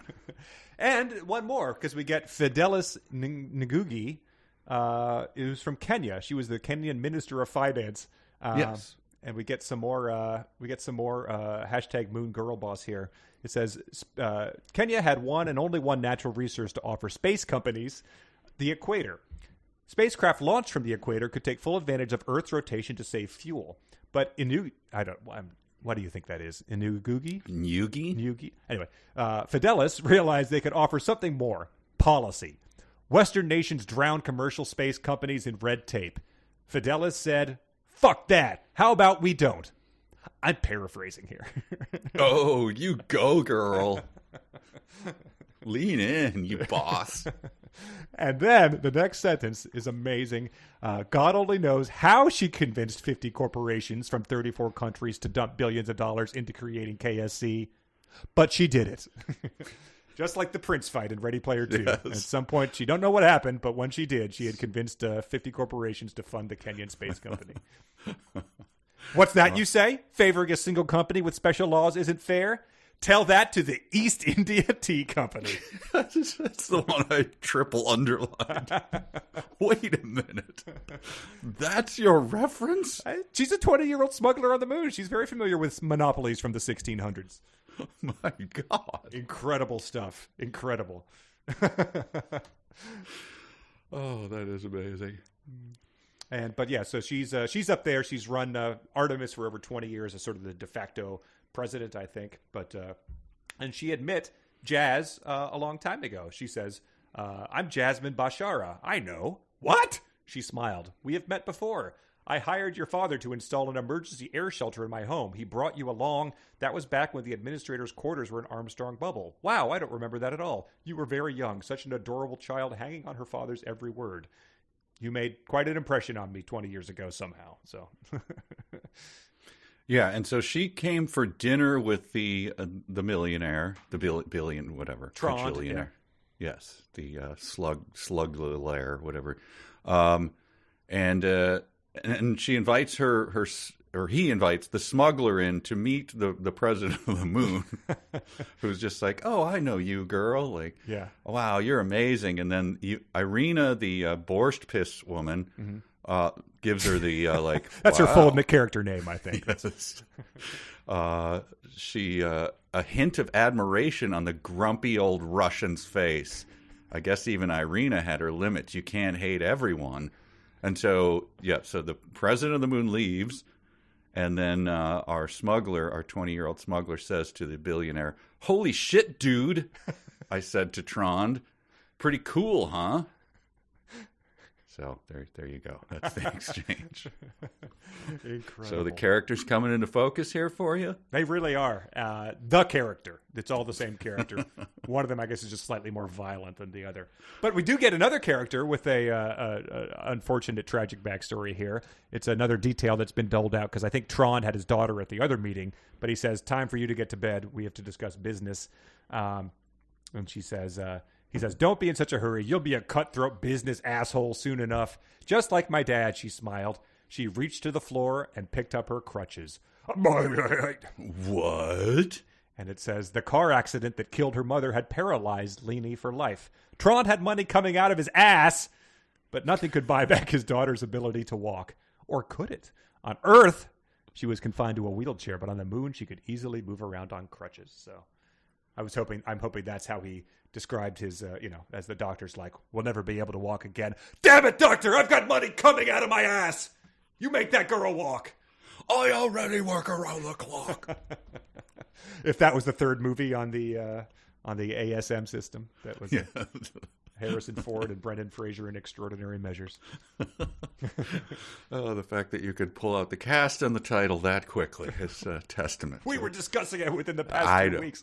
I know. I sent the clip that everyone should watch that movie and get to the moment where Brendan Fraser turns his head and oddly says, "We're going to get you the special medicine you need, honey." Everyone I've showed it to has gone, "What in the hell is happening?" Oh, I don't know. Maybe Brendan Fraser is Tron coming off his big Oscar win. Yeah, that's true. Yeah. The accent. Yeah. So what is Tron brought here for? He has a scheme. Yeah, this is a long scene. I think this is supposed to be like, David Mamet dialogue in the Chinese restaurant across the street from the business office or something. Like, because they're just pouring the scotch, which is amazing. This guy goes to the liquor credenza. Glad that credenzas exist on the moon. Like, "Hey, I'm going to the moon. You mind if I throw my liquor credenza in the back of the van there?" "Yeah, sure. Sounds good, man." Yeah. You know what I heard from the moon? They don't want you. He goes back to that liquor credenza like every 3 sentences. I was thinking about, trying to say them out loud to see how long these drinks were taking. I think it would have been more than when I would do a power hour in college where you'd take a shot of beer every minute. I think he was going at a faster rate than that, but with scotch. So I think so. But yeah, this is his. So who's he supposed to be? Like, I don't know, Richard Branson when he was young or something. Yeah, that sounds about right. Yeah, and he's inviting his the person who smuggled in some Cuban cigars, which doesn't even. It seems like you could just pay your mailman to do that. It doesn't seem like it's a thing that's that big a deal. But invites her in and thinks of her for his scheme to take over the oxygen industry on the moon. Yep. So try to describe this in the smallest way possible, but it's like there's an aluminum factory. They make a byproduct from their aluminum smelting, which is oxygen, and that allows them to operate essentially for free. I guess it's like they get tax credits, or they get it's like if you have solar on your house, they make all this oxygen. The government buys it so they can continue to operate for free or something like that. Right. His desire is to sabotage the aluminum thing, move on in, and take over the oxygen development for the moon, because I guess that's super lucrative. It's also he did something, and I was like, this sounds like Mr. Burns, and her next line is essentially like, you sound like a supervillain. So it's like, right. So he wants her to sabotage these like harvesters, I think, that are, and the whole reason he's able to pull this off is because for the past year, he's been hoarding oxygen. He's been like offloading excess oxygen and is hoarding it in tanks he's got in a warehouse or something like that. Which and then she's like, isn't that dangerous? Like, I'm glad you asked. Sidebar, science sidebar. Like, oh, God. Yeah. I didn't even think about it, but okay, I'll read 4 paragraphs of how you built the oxygen tanks. Yeah, and he ends up by saying, no harm can come to the city. So the Jenga tower of our Chekhov things here are just completely nuts. Right. Oh, yeah, he steeples his fingers as he's explaining the plan to her. Yep. Oh, God. Here's a question. This is one where you can laugh at me because I'm an idiot. What is this reference? He says he can't compete with the free aluminum making oxygen. It's not fair. And she says, oh, poor billionaire. Maybe you should have some moors installed so you can pine on them. What is that a reference to? Where is that? He's explaining the plan and says, as long as they keep making oxygen for the city, that's right. And power is the most expensive part of smelting. There's no way I can compete. It's not fair. It's like right above him steepling his fingers and explaining his plans. Maybe you should have some moors installed so you can pine on them. I Googled pining on the moors. I couldn't figure it out. How are you spelling moors? I'm trying to find it. Moor. Oh. I assumed it was some old poetry thing or something. The Scottish Moors? Yeah. The English Moors? I think I forgot to type that down, but I think I had the same question. Okay. I remember that, and I just went, I assume that's a typo or something in my ebook, so I didn't give it any more thought than that. Well, Weir, you have bested us. I doffed my flat cap to you, sir. I do. You have pissed in my borscht, sir. I tip my cap. Oh. So, yeah, sabotage plan, and, nothing else to that for me. The chapter ends on quite a good note, so do you have anything else? No, I'm just very, very excited about the discussion of welding guilds at the end of that. Was fascinating. Wow, they're mentioning guilds, so maybe you'll get another one-word sentence that just says dicks. Yeah, because that was the tour guide guild before. Well, here's how the chapter ends. She smells bullshit in the air. Maybe it's because he's been eating shit and grinning about it, but it was my ass on the line if something went wrong, not his. She doesn't want to get exiled to Earth. She says, she throws this in. I probably couldn't stand up on Earth, let alone live there. I've been in lunar gravity since I was 6. No, I was a smuggler, not a saboteur. And something smelled off about the whole thing. Let's read this. Okay? Yep. I'm sorry, but this isn't my thing. You'll have to find someone else. I'll give you 1,000,000 slugs. Deal. And now Dean Martin's going to come out and sing That's Amore. Sock it to me? My God, yeah, exactly. Incredible. True, I'm not going in there type of thing. The next letters, I only have... this is the welding guild stuff. I jumped ahead. Oh, okay. Yeah, they just go back and forth about why don't you, become a... They're older then? Does she say they're 16 or something? Or maybe that's the next junior high, so they've gotten a bit older. Right. She's criticizing Kelvin for trying to get into the chess club, and one of the reasons she thinks he might not be able to make it is because they limit the number of pocket protectors. So the Revenge of the Nerd dynamic has maintained 100 years into the future. Here, I challenge you to be interested in this or listen to this. I'm going to read it anyway. Dad's having problems with the Welders Guild. Around here, you can either freelance or be part of the guild. And the guild doesn't like freelancers. Dad doesn't have a problem with guilds as a rule, but he says the Welders Guild is mobbed up. They're all owned by the Saudis. Why Saudi? I don't know. Almost all the welders here are Saudis. We're just the people who ended up controlling the welding industry. Anyway, the guild forces people to join with bullshit tactics. And then there's more references to guilds. And then her interlocutor says, "That's too bad about the Welders Guild." 13-year-olds, I think, are doing this. Yes. I'm not talking about the equivalent of, Nirvana, whatever I was into in middle school, or just being horny in general. And are they, so this is pen pal stuff, right? So is she typing it on a gizmo and sending it? How is this? I assume she's typing it on a gizmo because, he referenced the lack of lag that he had on the Kenyan internet. So I do not think they are actually sending letters back and forth. Okay. All right. That would be... That would be very funny. It would cost a lot of money. Yes. My darling Jazz, it is with heavy heart that I take pen in hand.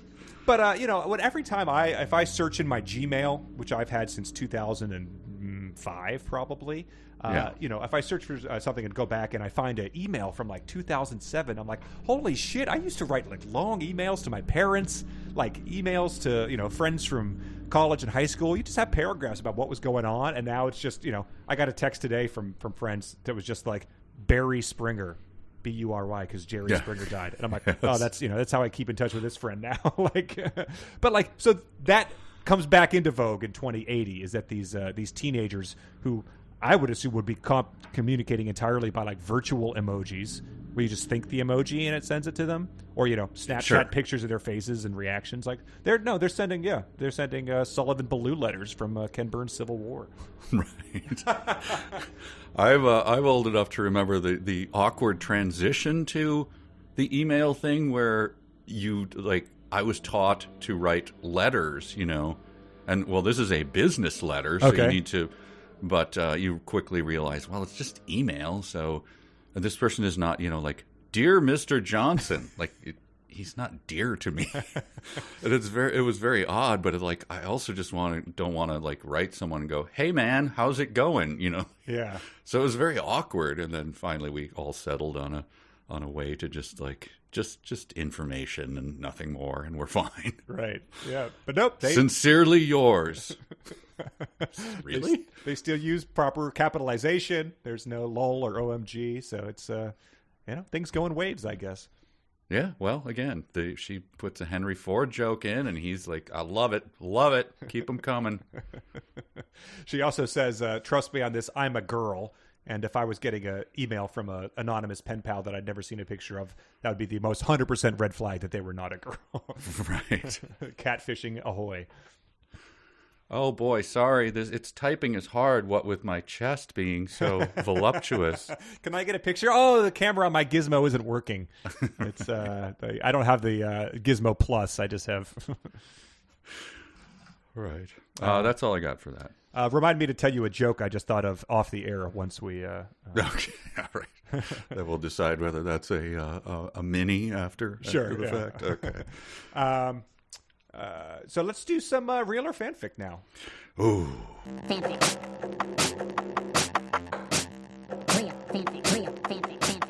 Real. All right, so this is real or fanfic, submitted by our Patreon supporters over at patreon.com, 372 pages.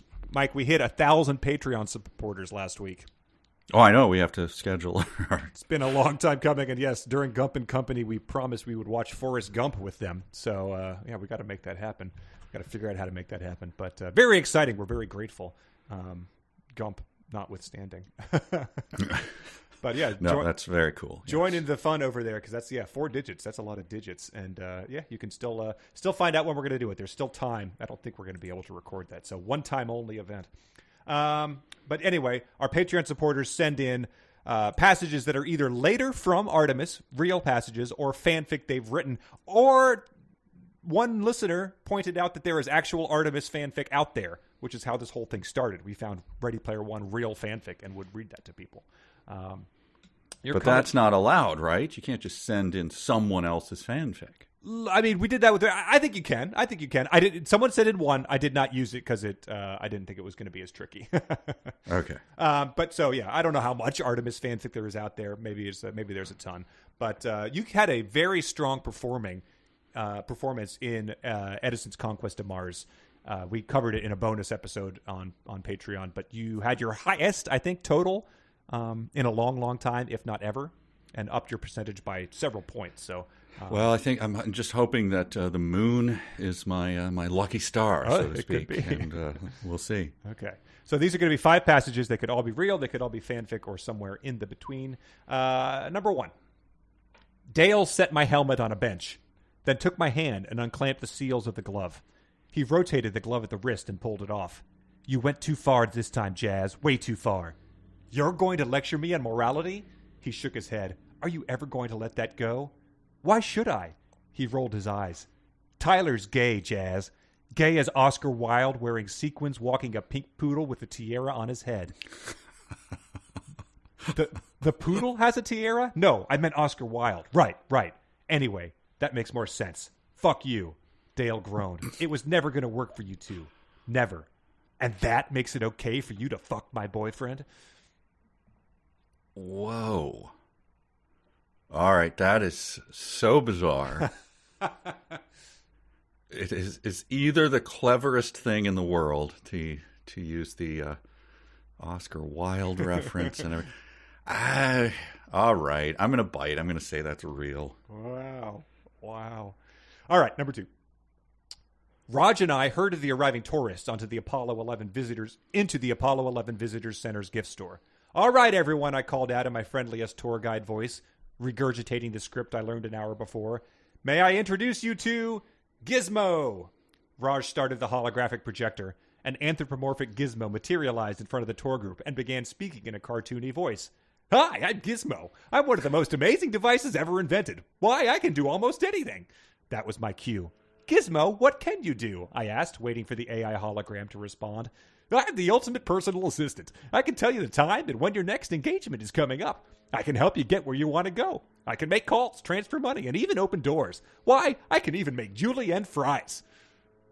Ugh. So, wow, speaking of, Clippy and Bob. And yeah, exactly. Holy cow. All right, well, now I'm confused. People are being very, very devious with this. I'm just going to say fanfic. Okay. Let's see. Number 3. Where are you? The window near our table was shattered. A few jagged spikes of glass stuck out from the frame. We don't have safety glass here. Importing polyvinyl butyriol is too expensive. So our windows are good old-fashioned neck-slicing death traps. Hey, if you like to play life safe, don't live on the moon.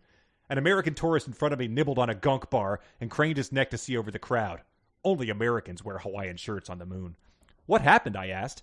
Not sure, he said. Some guy kicked out the window and jumped through. It's 3 stories to the ground. Think he's dead? Lunar gravity, I reminded him. But it's like 30 feet. Lunar grav... Never mind. Was the guy dressed in a Mountie uniform? You mean bright red clothes and a weird hat? That's the ceremonial uniform, I said. I meant a duty uniform. Light shirt, dark pants with a yellow stripe. Oh, Han Solo pants. Yeah, he had those on. Oh, wait, sorry. God. Okay, thanks. Pfft. Han Solo's pants have a red stripe, and it's not even a stripe. It's a bunch of dashes. Some people have no education. Oh, my God. Oh, I hate one of two people, either the author of that or the actual author. No, okay. I'm going to say fanfic. Okay. Too much of a moon gravity. Anyway, let's see. Number 4. Jazz! I turned off my torch and stepped away from the harvester. Trond was the only one who should know I was here, but that wasn't his voice. I tried to calculate how long it would take me to reach Trigger and get the hell out of there, and if I could make it before this guy caught me. It's me. We met at Tron's place. I turned around and saw he was telling the truth. He was the guy from Hong Kong with the mysterious box. What was he doing here? I started to put away my gear. Don't stop on my account. I was enjoying the view. I smirked. As much as I didn't want to be a welder, I knew how good I looked welding an acetylene torch. Oh, sorry, wielding an acetylene torch. Yes. Wow. I don't know. I'm going to say that's real. And number 5. A 4-digit code with 3 unique numbers. I closed my eyes and did some math. There'd be 54 possible combinations. According to the instructions, the safe would lock down if it got 3 incorrect combinations in a row. Then the hotel staff would have to open it with their master code. I replayed my brief interaction with him in my head. He was on Tron's couch. He drank Turkish coffee while I had black tea. We talked about... Aha! He was a Star Trek fan. I typed 1701, and the safe clicked open. NCC 1701 was the registration number of the Starship Enterprise. How did I know that? I must have heard it somewhere. I don't forget stuff. Oh my God. I out of principle, I have to say fanfic. But I'm probably going to be severely chastised when I hear the truth. All right. Oh, man. Let's see. So number one was Oscar Wilde, gay as Oscar Wilde, wearing sequins, walking a pink poodle with a tiara on his head. Yeah. You said real. That is real. Okay. Submitted by Vincent and Edmund. A lot of these were submitted by multiple people. That's how good they were. I have to just say, if everyone is wrong from here, I agonized over that one, and so I'm proud, and I can walk away, my head held high. So we've got that to look forward to. Dale and an X or something. Yes. Number two was Gizmo, the anthropomorphic hologram, Clippy the paperclip. You said fanfic for that. That was fanfic, written by Craig. Whew. Okay. That's tricky. That's like the guy in Mr. DNA in Jurassic Park type of thing. Yes, exactly. Let's see. Number three was the Mountie jumped out through the non-safety glass. Han Solo pants. She corrects his Han Solo pants. You said fanfic. That's real. That's coming up later. No. That's coming up later. That was submitted by Cynthia and Ross. Unbelievable. She's a Star Wars nerd, Mike. She's a bit of a nerd. Oh, I guess I'm just a bit of a nerd. But it's also introduced, so she says, I don't know when for the book this happens, but she says he always wore a Mountie uniform, and then it turns out that's not the uniform? Yes. It's like, I put that picture in your head, but come on, idiot. I was talking about the duty uniform. Unbelievable. Go to hell. Go so to hell. Number 4. This was the guy admiring the view as she's doing some welding. Yeah. You said real. That was unfortunately fanfic, written by Maeve. So the horniness does not manifest itself there, but I fear it's coming. And number 5. So I think you're 2 for 4 right now. Number 5 is typing in the code, which turns out to be the registration number of the Starship Enterprise.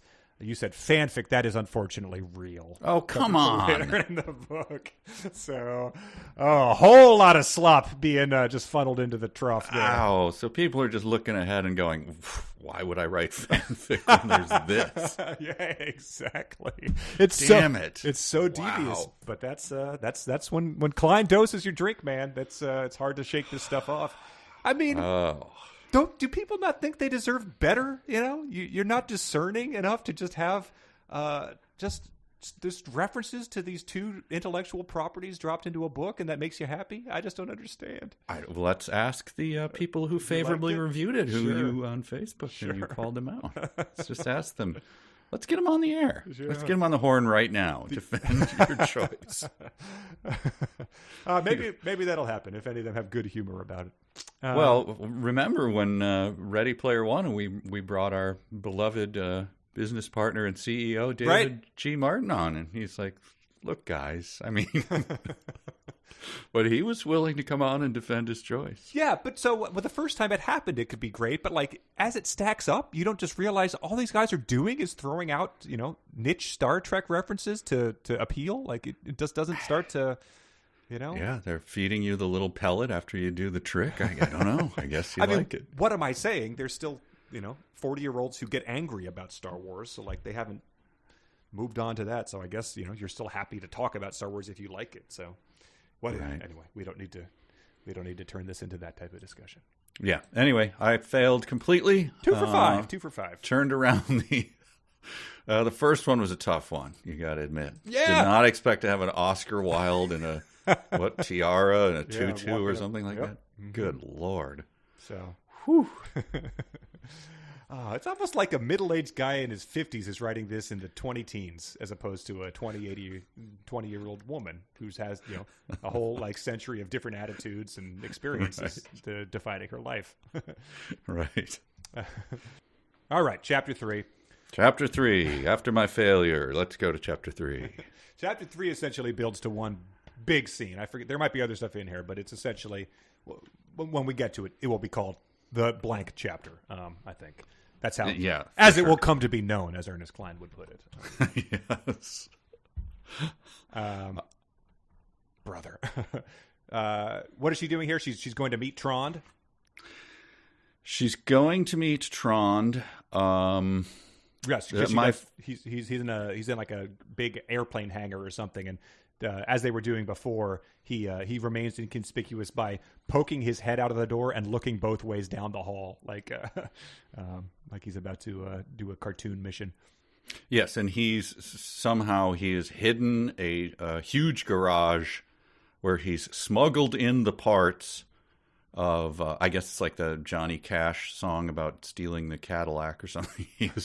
He's smuggled in the parts of these giant, like bigger than tanks, harvesters. Yeah.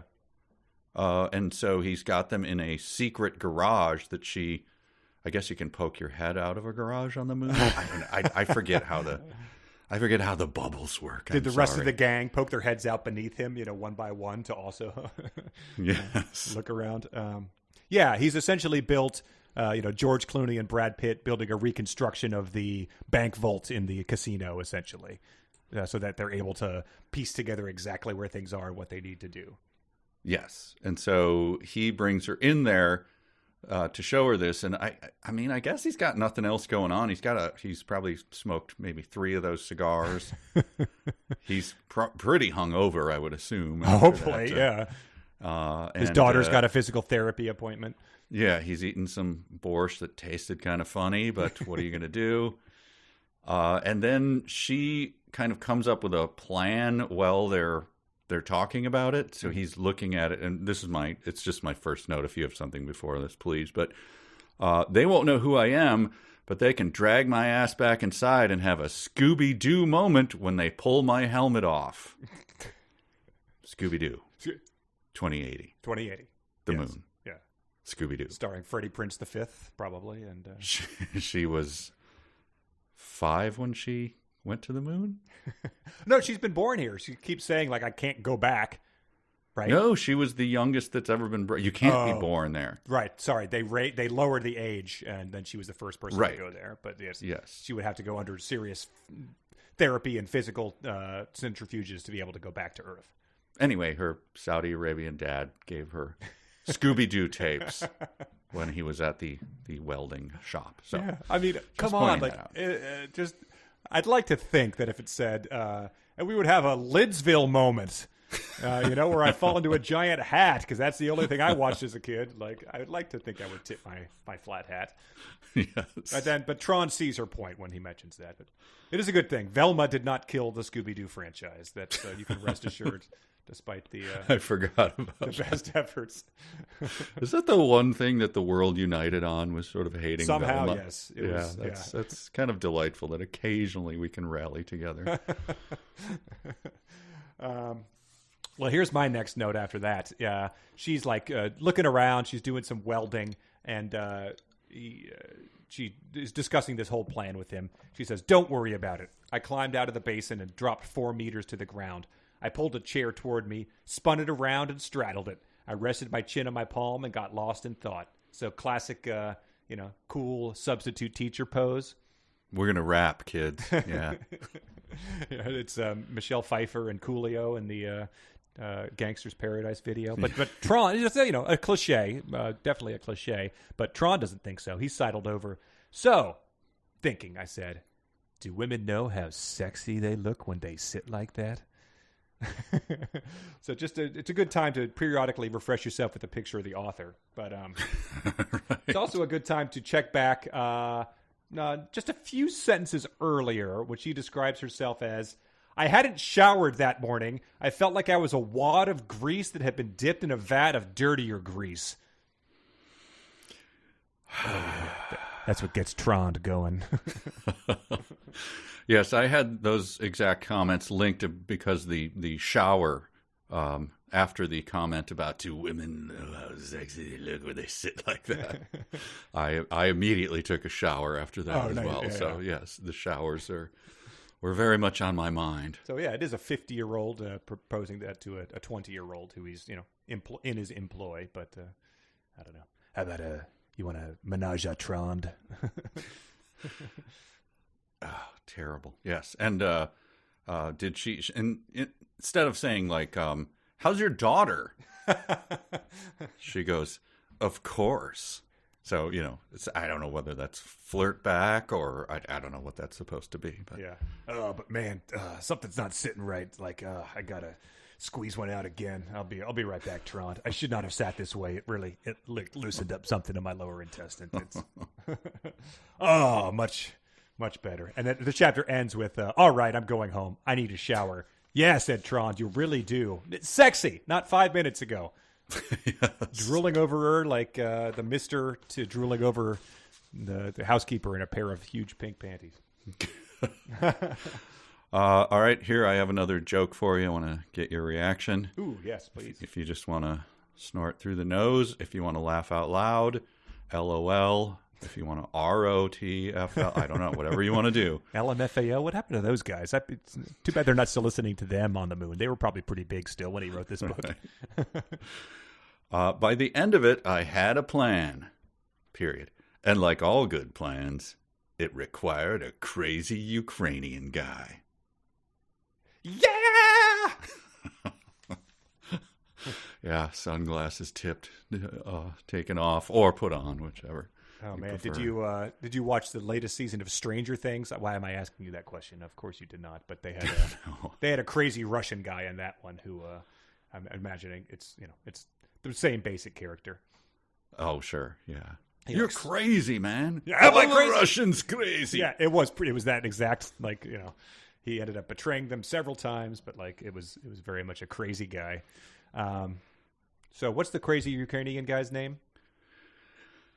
Is it? I couldn't figure out whether she said it needs it, but then she goes to all this other stuff. Then she meets Martin Svoboda. Is he Ukrainian? I think that's him. That must be him. Yep. Oh, okay. That name didn't strike me as Ukrainian, but I don't know many. Well, maybe the events of the past year made some changes in Ukrainian that's naming true. of Yeah. the things. I'm sure that's factored into this.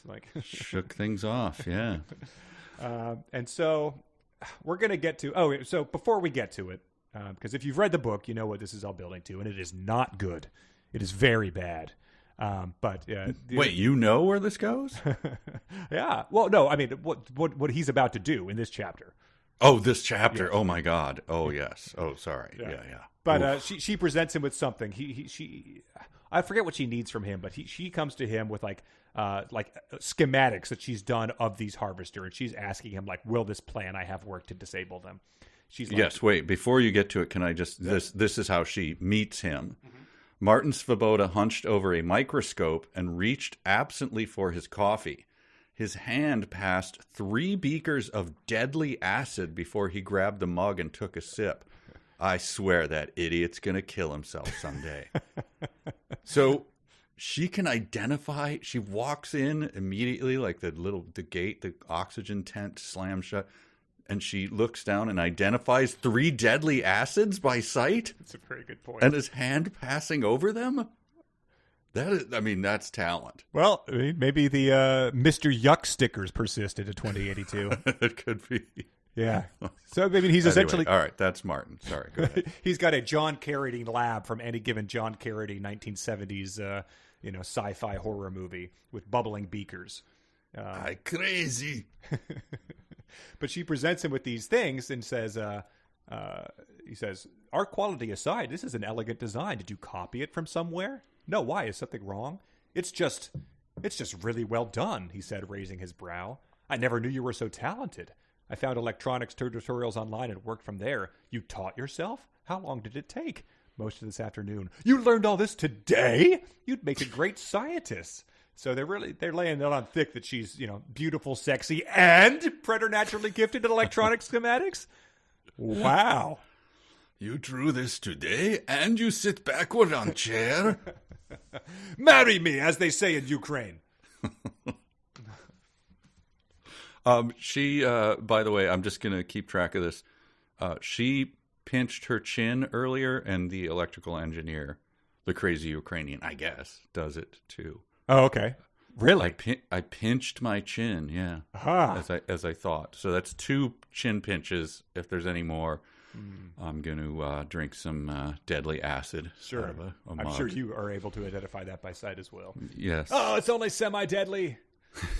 Damn it! Now I'm just paralyzed. It was citric acid. It was country time lemonade. It's the primary ingredient. Rats. But Svoboda is essentially Q from James Bond's loser brother here. Yes. Because there's no way to beat around this. He, instead of wanting her money, which is a hefty sum, 2,000 slugs, he wants to give her something and have her try it out. A trade. Yes. And it is a condom. Mm-hmm. And she says, he says it's his latest invention. And she says, the Chinese beat you by 7 centuries. So she's up on the Wikipedia page for condoms somehow. But he says he says it comes with this and slides her like a thermos with tiny holes inside. And Thermos is a brand name. Good to see that survives on the moon in 2080 as well. Also good. What book did we do where dumpster was also dumpster capitalized or something? But here's the thing. She says, "Why would anyone buy this?" And he grins. It's reusable. That's good for hundreds of uses. After each use, you turn it inside out and put it on this cylinder. Then you turn on the cleaner. There's a liquid cleanse cycle, then a high temperature bake for 10 minutes. After that, it's sterile and ready to use again. So it's a little wacky tech guy here who's coming up with his invention.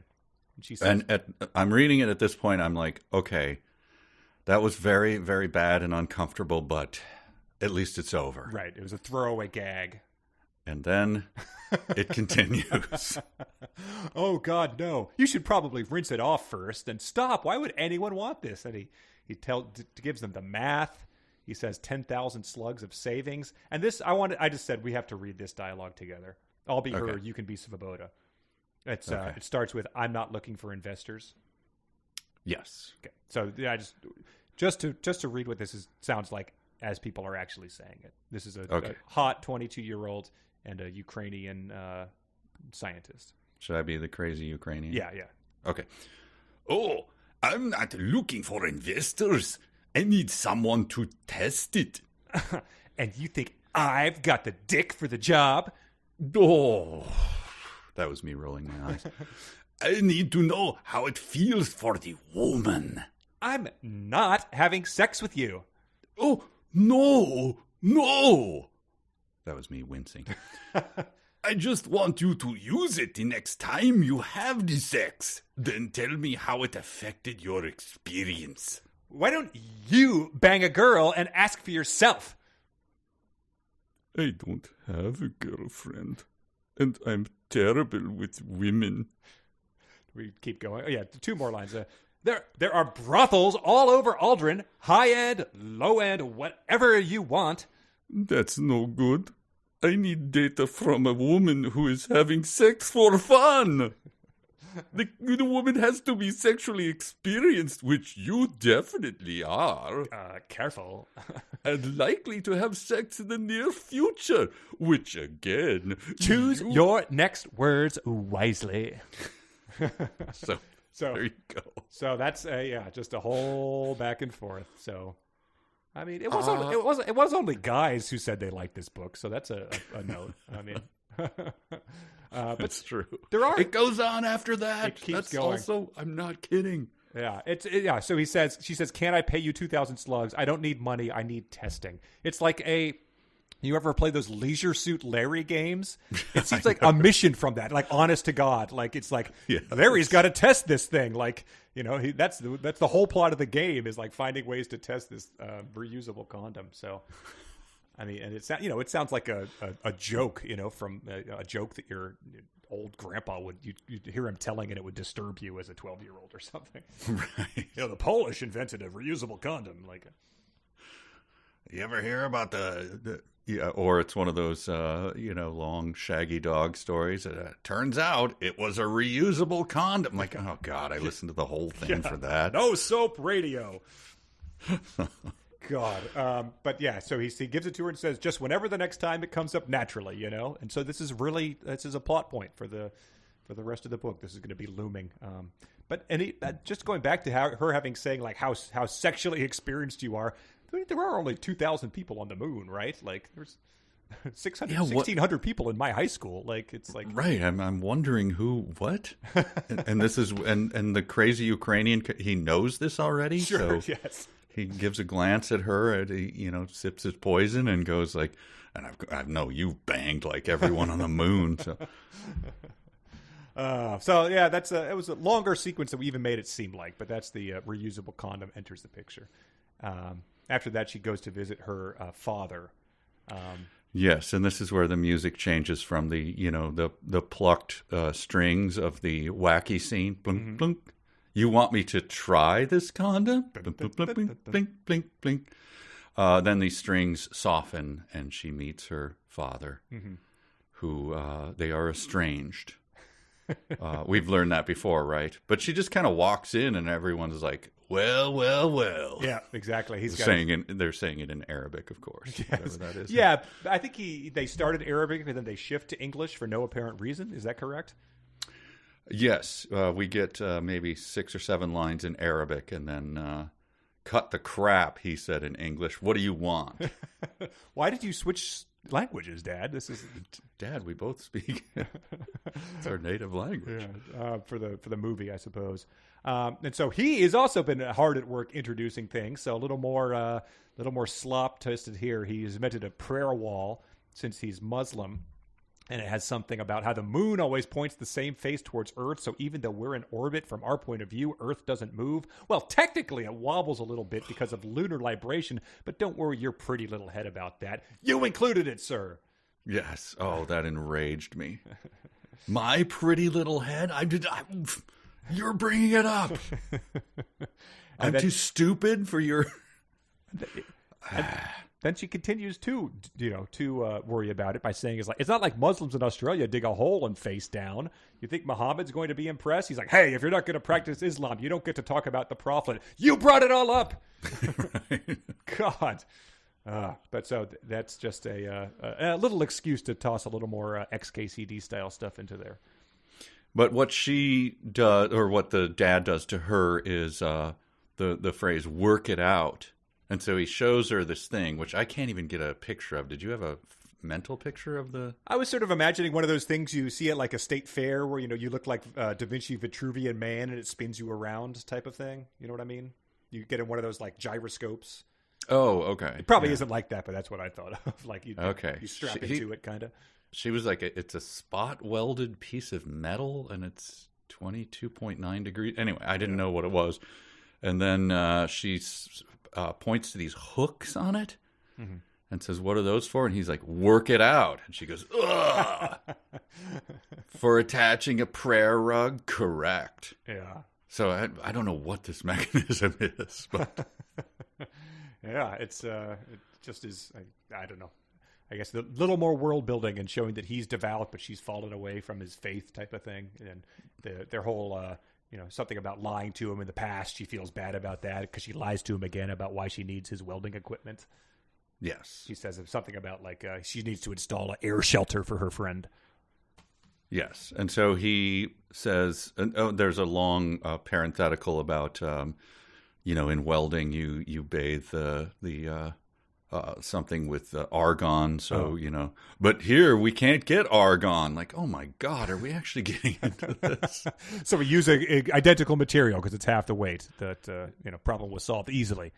Yes. So next to your liquor credenzas, you put a tank of neon, and it's a little easier than carrying the argon to the moon. But that just introduces more talk of like why there's like a deadly vacuum that could also explode with all these gases we're flooding the atmosphere with, type of thing. That's why the friend needs an air shelter. They go into what that involves too, but it's essentially a safe room, panic room in case there is an air or fire disaster. Right. But it ends with her, so she's lying to her dad to get the welding equipment to do whatever the plan is. We haven't heard exactly what her plan is to disable these things, the oxygen harvesters, whatever, I don't know, whatever the hell they are. But she says, this is very strange self-talk at the end of it. And let me tell you, there's no one I hate more than teenage Jazz Bashara. That stupid bitch made every bad decision a stupid bitch could make. Again, go find a picture of this dude who's writing this. And 100% my note there. Take a look at him. Hey, sir, please. Calm down. But that's how that chapter ends, her sort of betraying her father. And it goes into some more pen pal stuff. The pen pal stuff, yeah. They've gotten a bit older. There's a birthday, I think, but they're talking about dating, and this was the one exchange in here that I had to take away. Okay. Because there's a little more like science garbage. Sure. There's literal equations and stuff like that, moon gravity. But she says, "Dear Kelvin, I need advice. Edgar and I are going on our 4th date. We've been making out a lot, just kissing, nothing else. I want to escalate, but don't want to move too fast. I'm not ready to get naked yet. Any recommendations?" So, I mean, just even putting yourself in the mindset of a 9th grader, it's just a very weird way to phrase all this stuff. It's like, well, I mean, the options here are fairly limited, like, you're not. So, like, a bizarre thing to ask your pen pal, who's clearly, he's probably in love with her, and we're probably finding that out. But sure. His response. This is verbatim, and I skipped over this initially because it was so brief, and I thought the chapter had ended. But he writes back, "Dear Jazz, boobs." Dear Kelvin, seriously, that simple? Dear Jazz, yes. Chapter ends. What? Like, you can fill in, you can puzzle it out in your own head, because I don't want to be puzzling it out on the air, like what he's implying and what that is supposed to mean. But like, bizarre, awful, fitting. 16, right? Is that what they say? 16. Sure. I think they say that. Yeah. Good. Well, I'll diffuse that moment by giving you one of the hilarious jokes. Oh, please. And listeners, you react however you want to react, and then just please note it. Yeah. Here you go. Pause this and walk into a room with family members or roommates who aren't listening to this, just so they can hear your hearty laugh. It'll probably brighten their day. Okay. This is from the letter section, and this is from her after being accused of being lazy. "How dare you call me lazy? I'd come up with a scathing retort, but nah, I'm just not that motivated." Okay. I clearly you're loving the humor of the joke, right? I have some jokes about unemployed people, but they never work. All right. Oh. Well, it's a good thing to end on, I think. A little light teen / 50-year-old guy horniness, and a joke from the Playboy joke book that your beloved possession. Yeah, I'd call it just the right amount of humor and geekery. Yeah. These dumb sentences are, once again, mostly our Patreon supporters. Patreon.com/372pages. Do check it out. I think we somehow had some that did not get burned, because this was probably like 20,000 words or something. So I think there's a lot of garbage in there we didn't cover. Chris submitted this one. He says there may be stupider and wronger sentences, but this one felt like a classic DSOTW from the early days of the podcast. He said, "I even left Bob behind, and he's the most skilled EVA master on the moon. It's just sort of some dumb sci-fi right there. Jay and Harris submitted no meat ship today. That's what we call passenger ships. One of them described it as we did, as effortless world building. Harrison and Justin both submitted the gizmos did whatever magic shit computers do to identify each other. George submitted, this one was good. I forget what it was from, but she said crap with 4 A's. And that was a sentence. Matt submitted our beloved, there's nothing more annoying than trust fund boys looking for moon poon. Okay. Elizabeth submitted, important note, do not pee in a gray water reuse shower. That's I missed that. Yeah, that was some world building with her bathroom that she walks to in her nightie. There's a lot of pee and yeah, there really is. There's a lot of wee and poo and That's another good pull quote for you, Mr. Weir, if you need another printing. Lindsay submitted, Artemis does not fuck around with fire safety, and pointed it out that it's dumb because even though it's more dangerous than it is on Earth, even though as far as cigarette lighters are illegal, it does not have a fire report department, just a bunch of volunteers. Artemis is absolutely fucking around with fire safety. Andrew submitted, the moon's a mean old bitch. This one's good. Mike submitted, the workshop was effectively a garage. And he said, this is perhaps the most needlessly... That's Tron's workshop where he keeps the things. Yeah. He says, perhaps the most needlessly pedantic sentence in all of 372 history. Was the narrator really worried that she would start describing the vehicles and her readers would exclaim, the presence of motorized transport in a working area makes it a garage! A garage! Jeffrey submitted, drag my bass back inside and have a Scooby-Doo moment.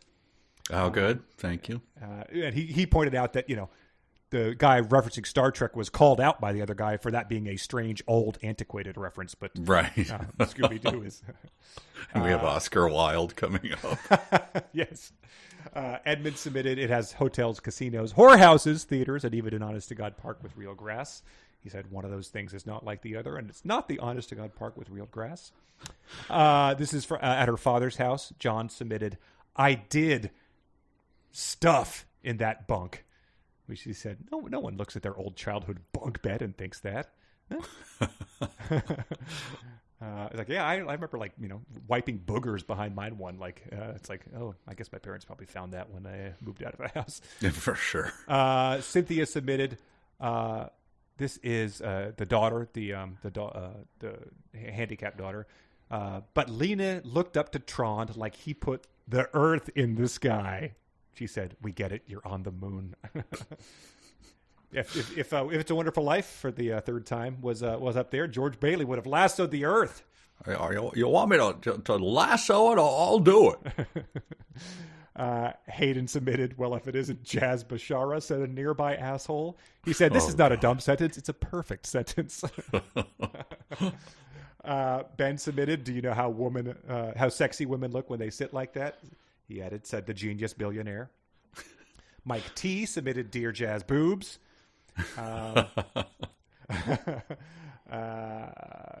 Brian submitted, that's Lunar Gravity for you, in reference to the areas without tourists. Stairs are each half a meter high.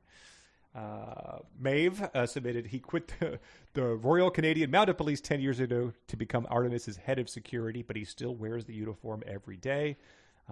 She had a lot of questions about that I guess some of them were addressed in that real or fanfic. Not ceremonial uniform. Michael submitted, Tron picked up a wrench and threw it into the air, and he questions this. This is when they're in his garage. Why did he do that? Is he a child who likes to throw rocks for fun? I was expecting a cartoonish ending of their conversation where the wrench floated down and hit one of them on the head with an exaggerated bonk sound effect. Instead, they finish their conversation and move on.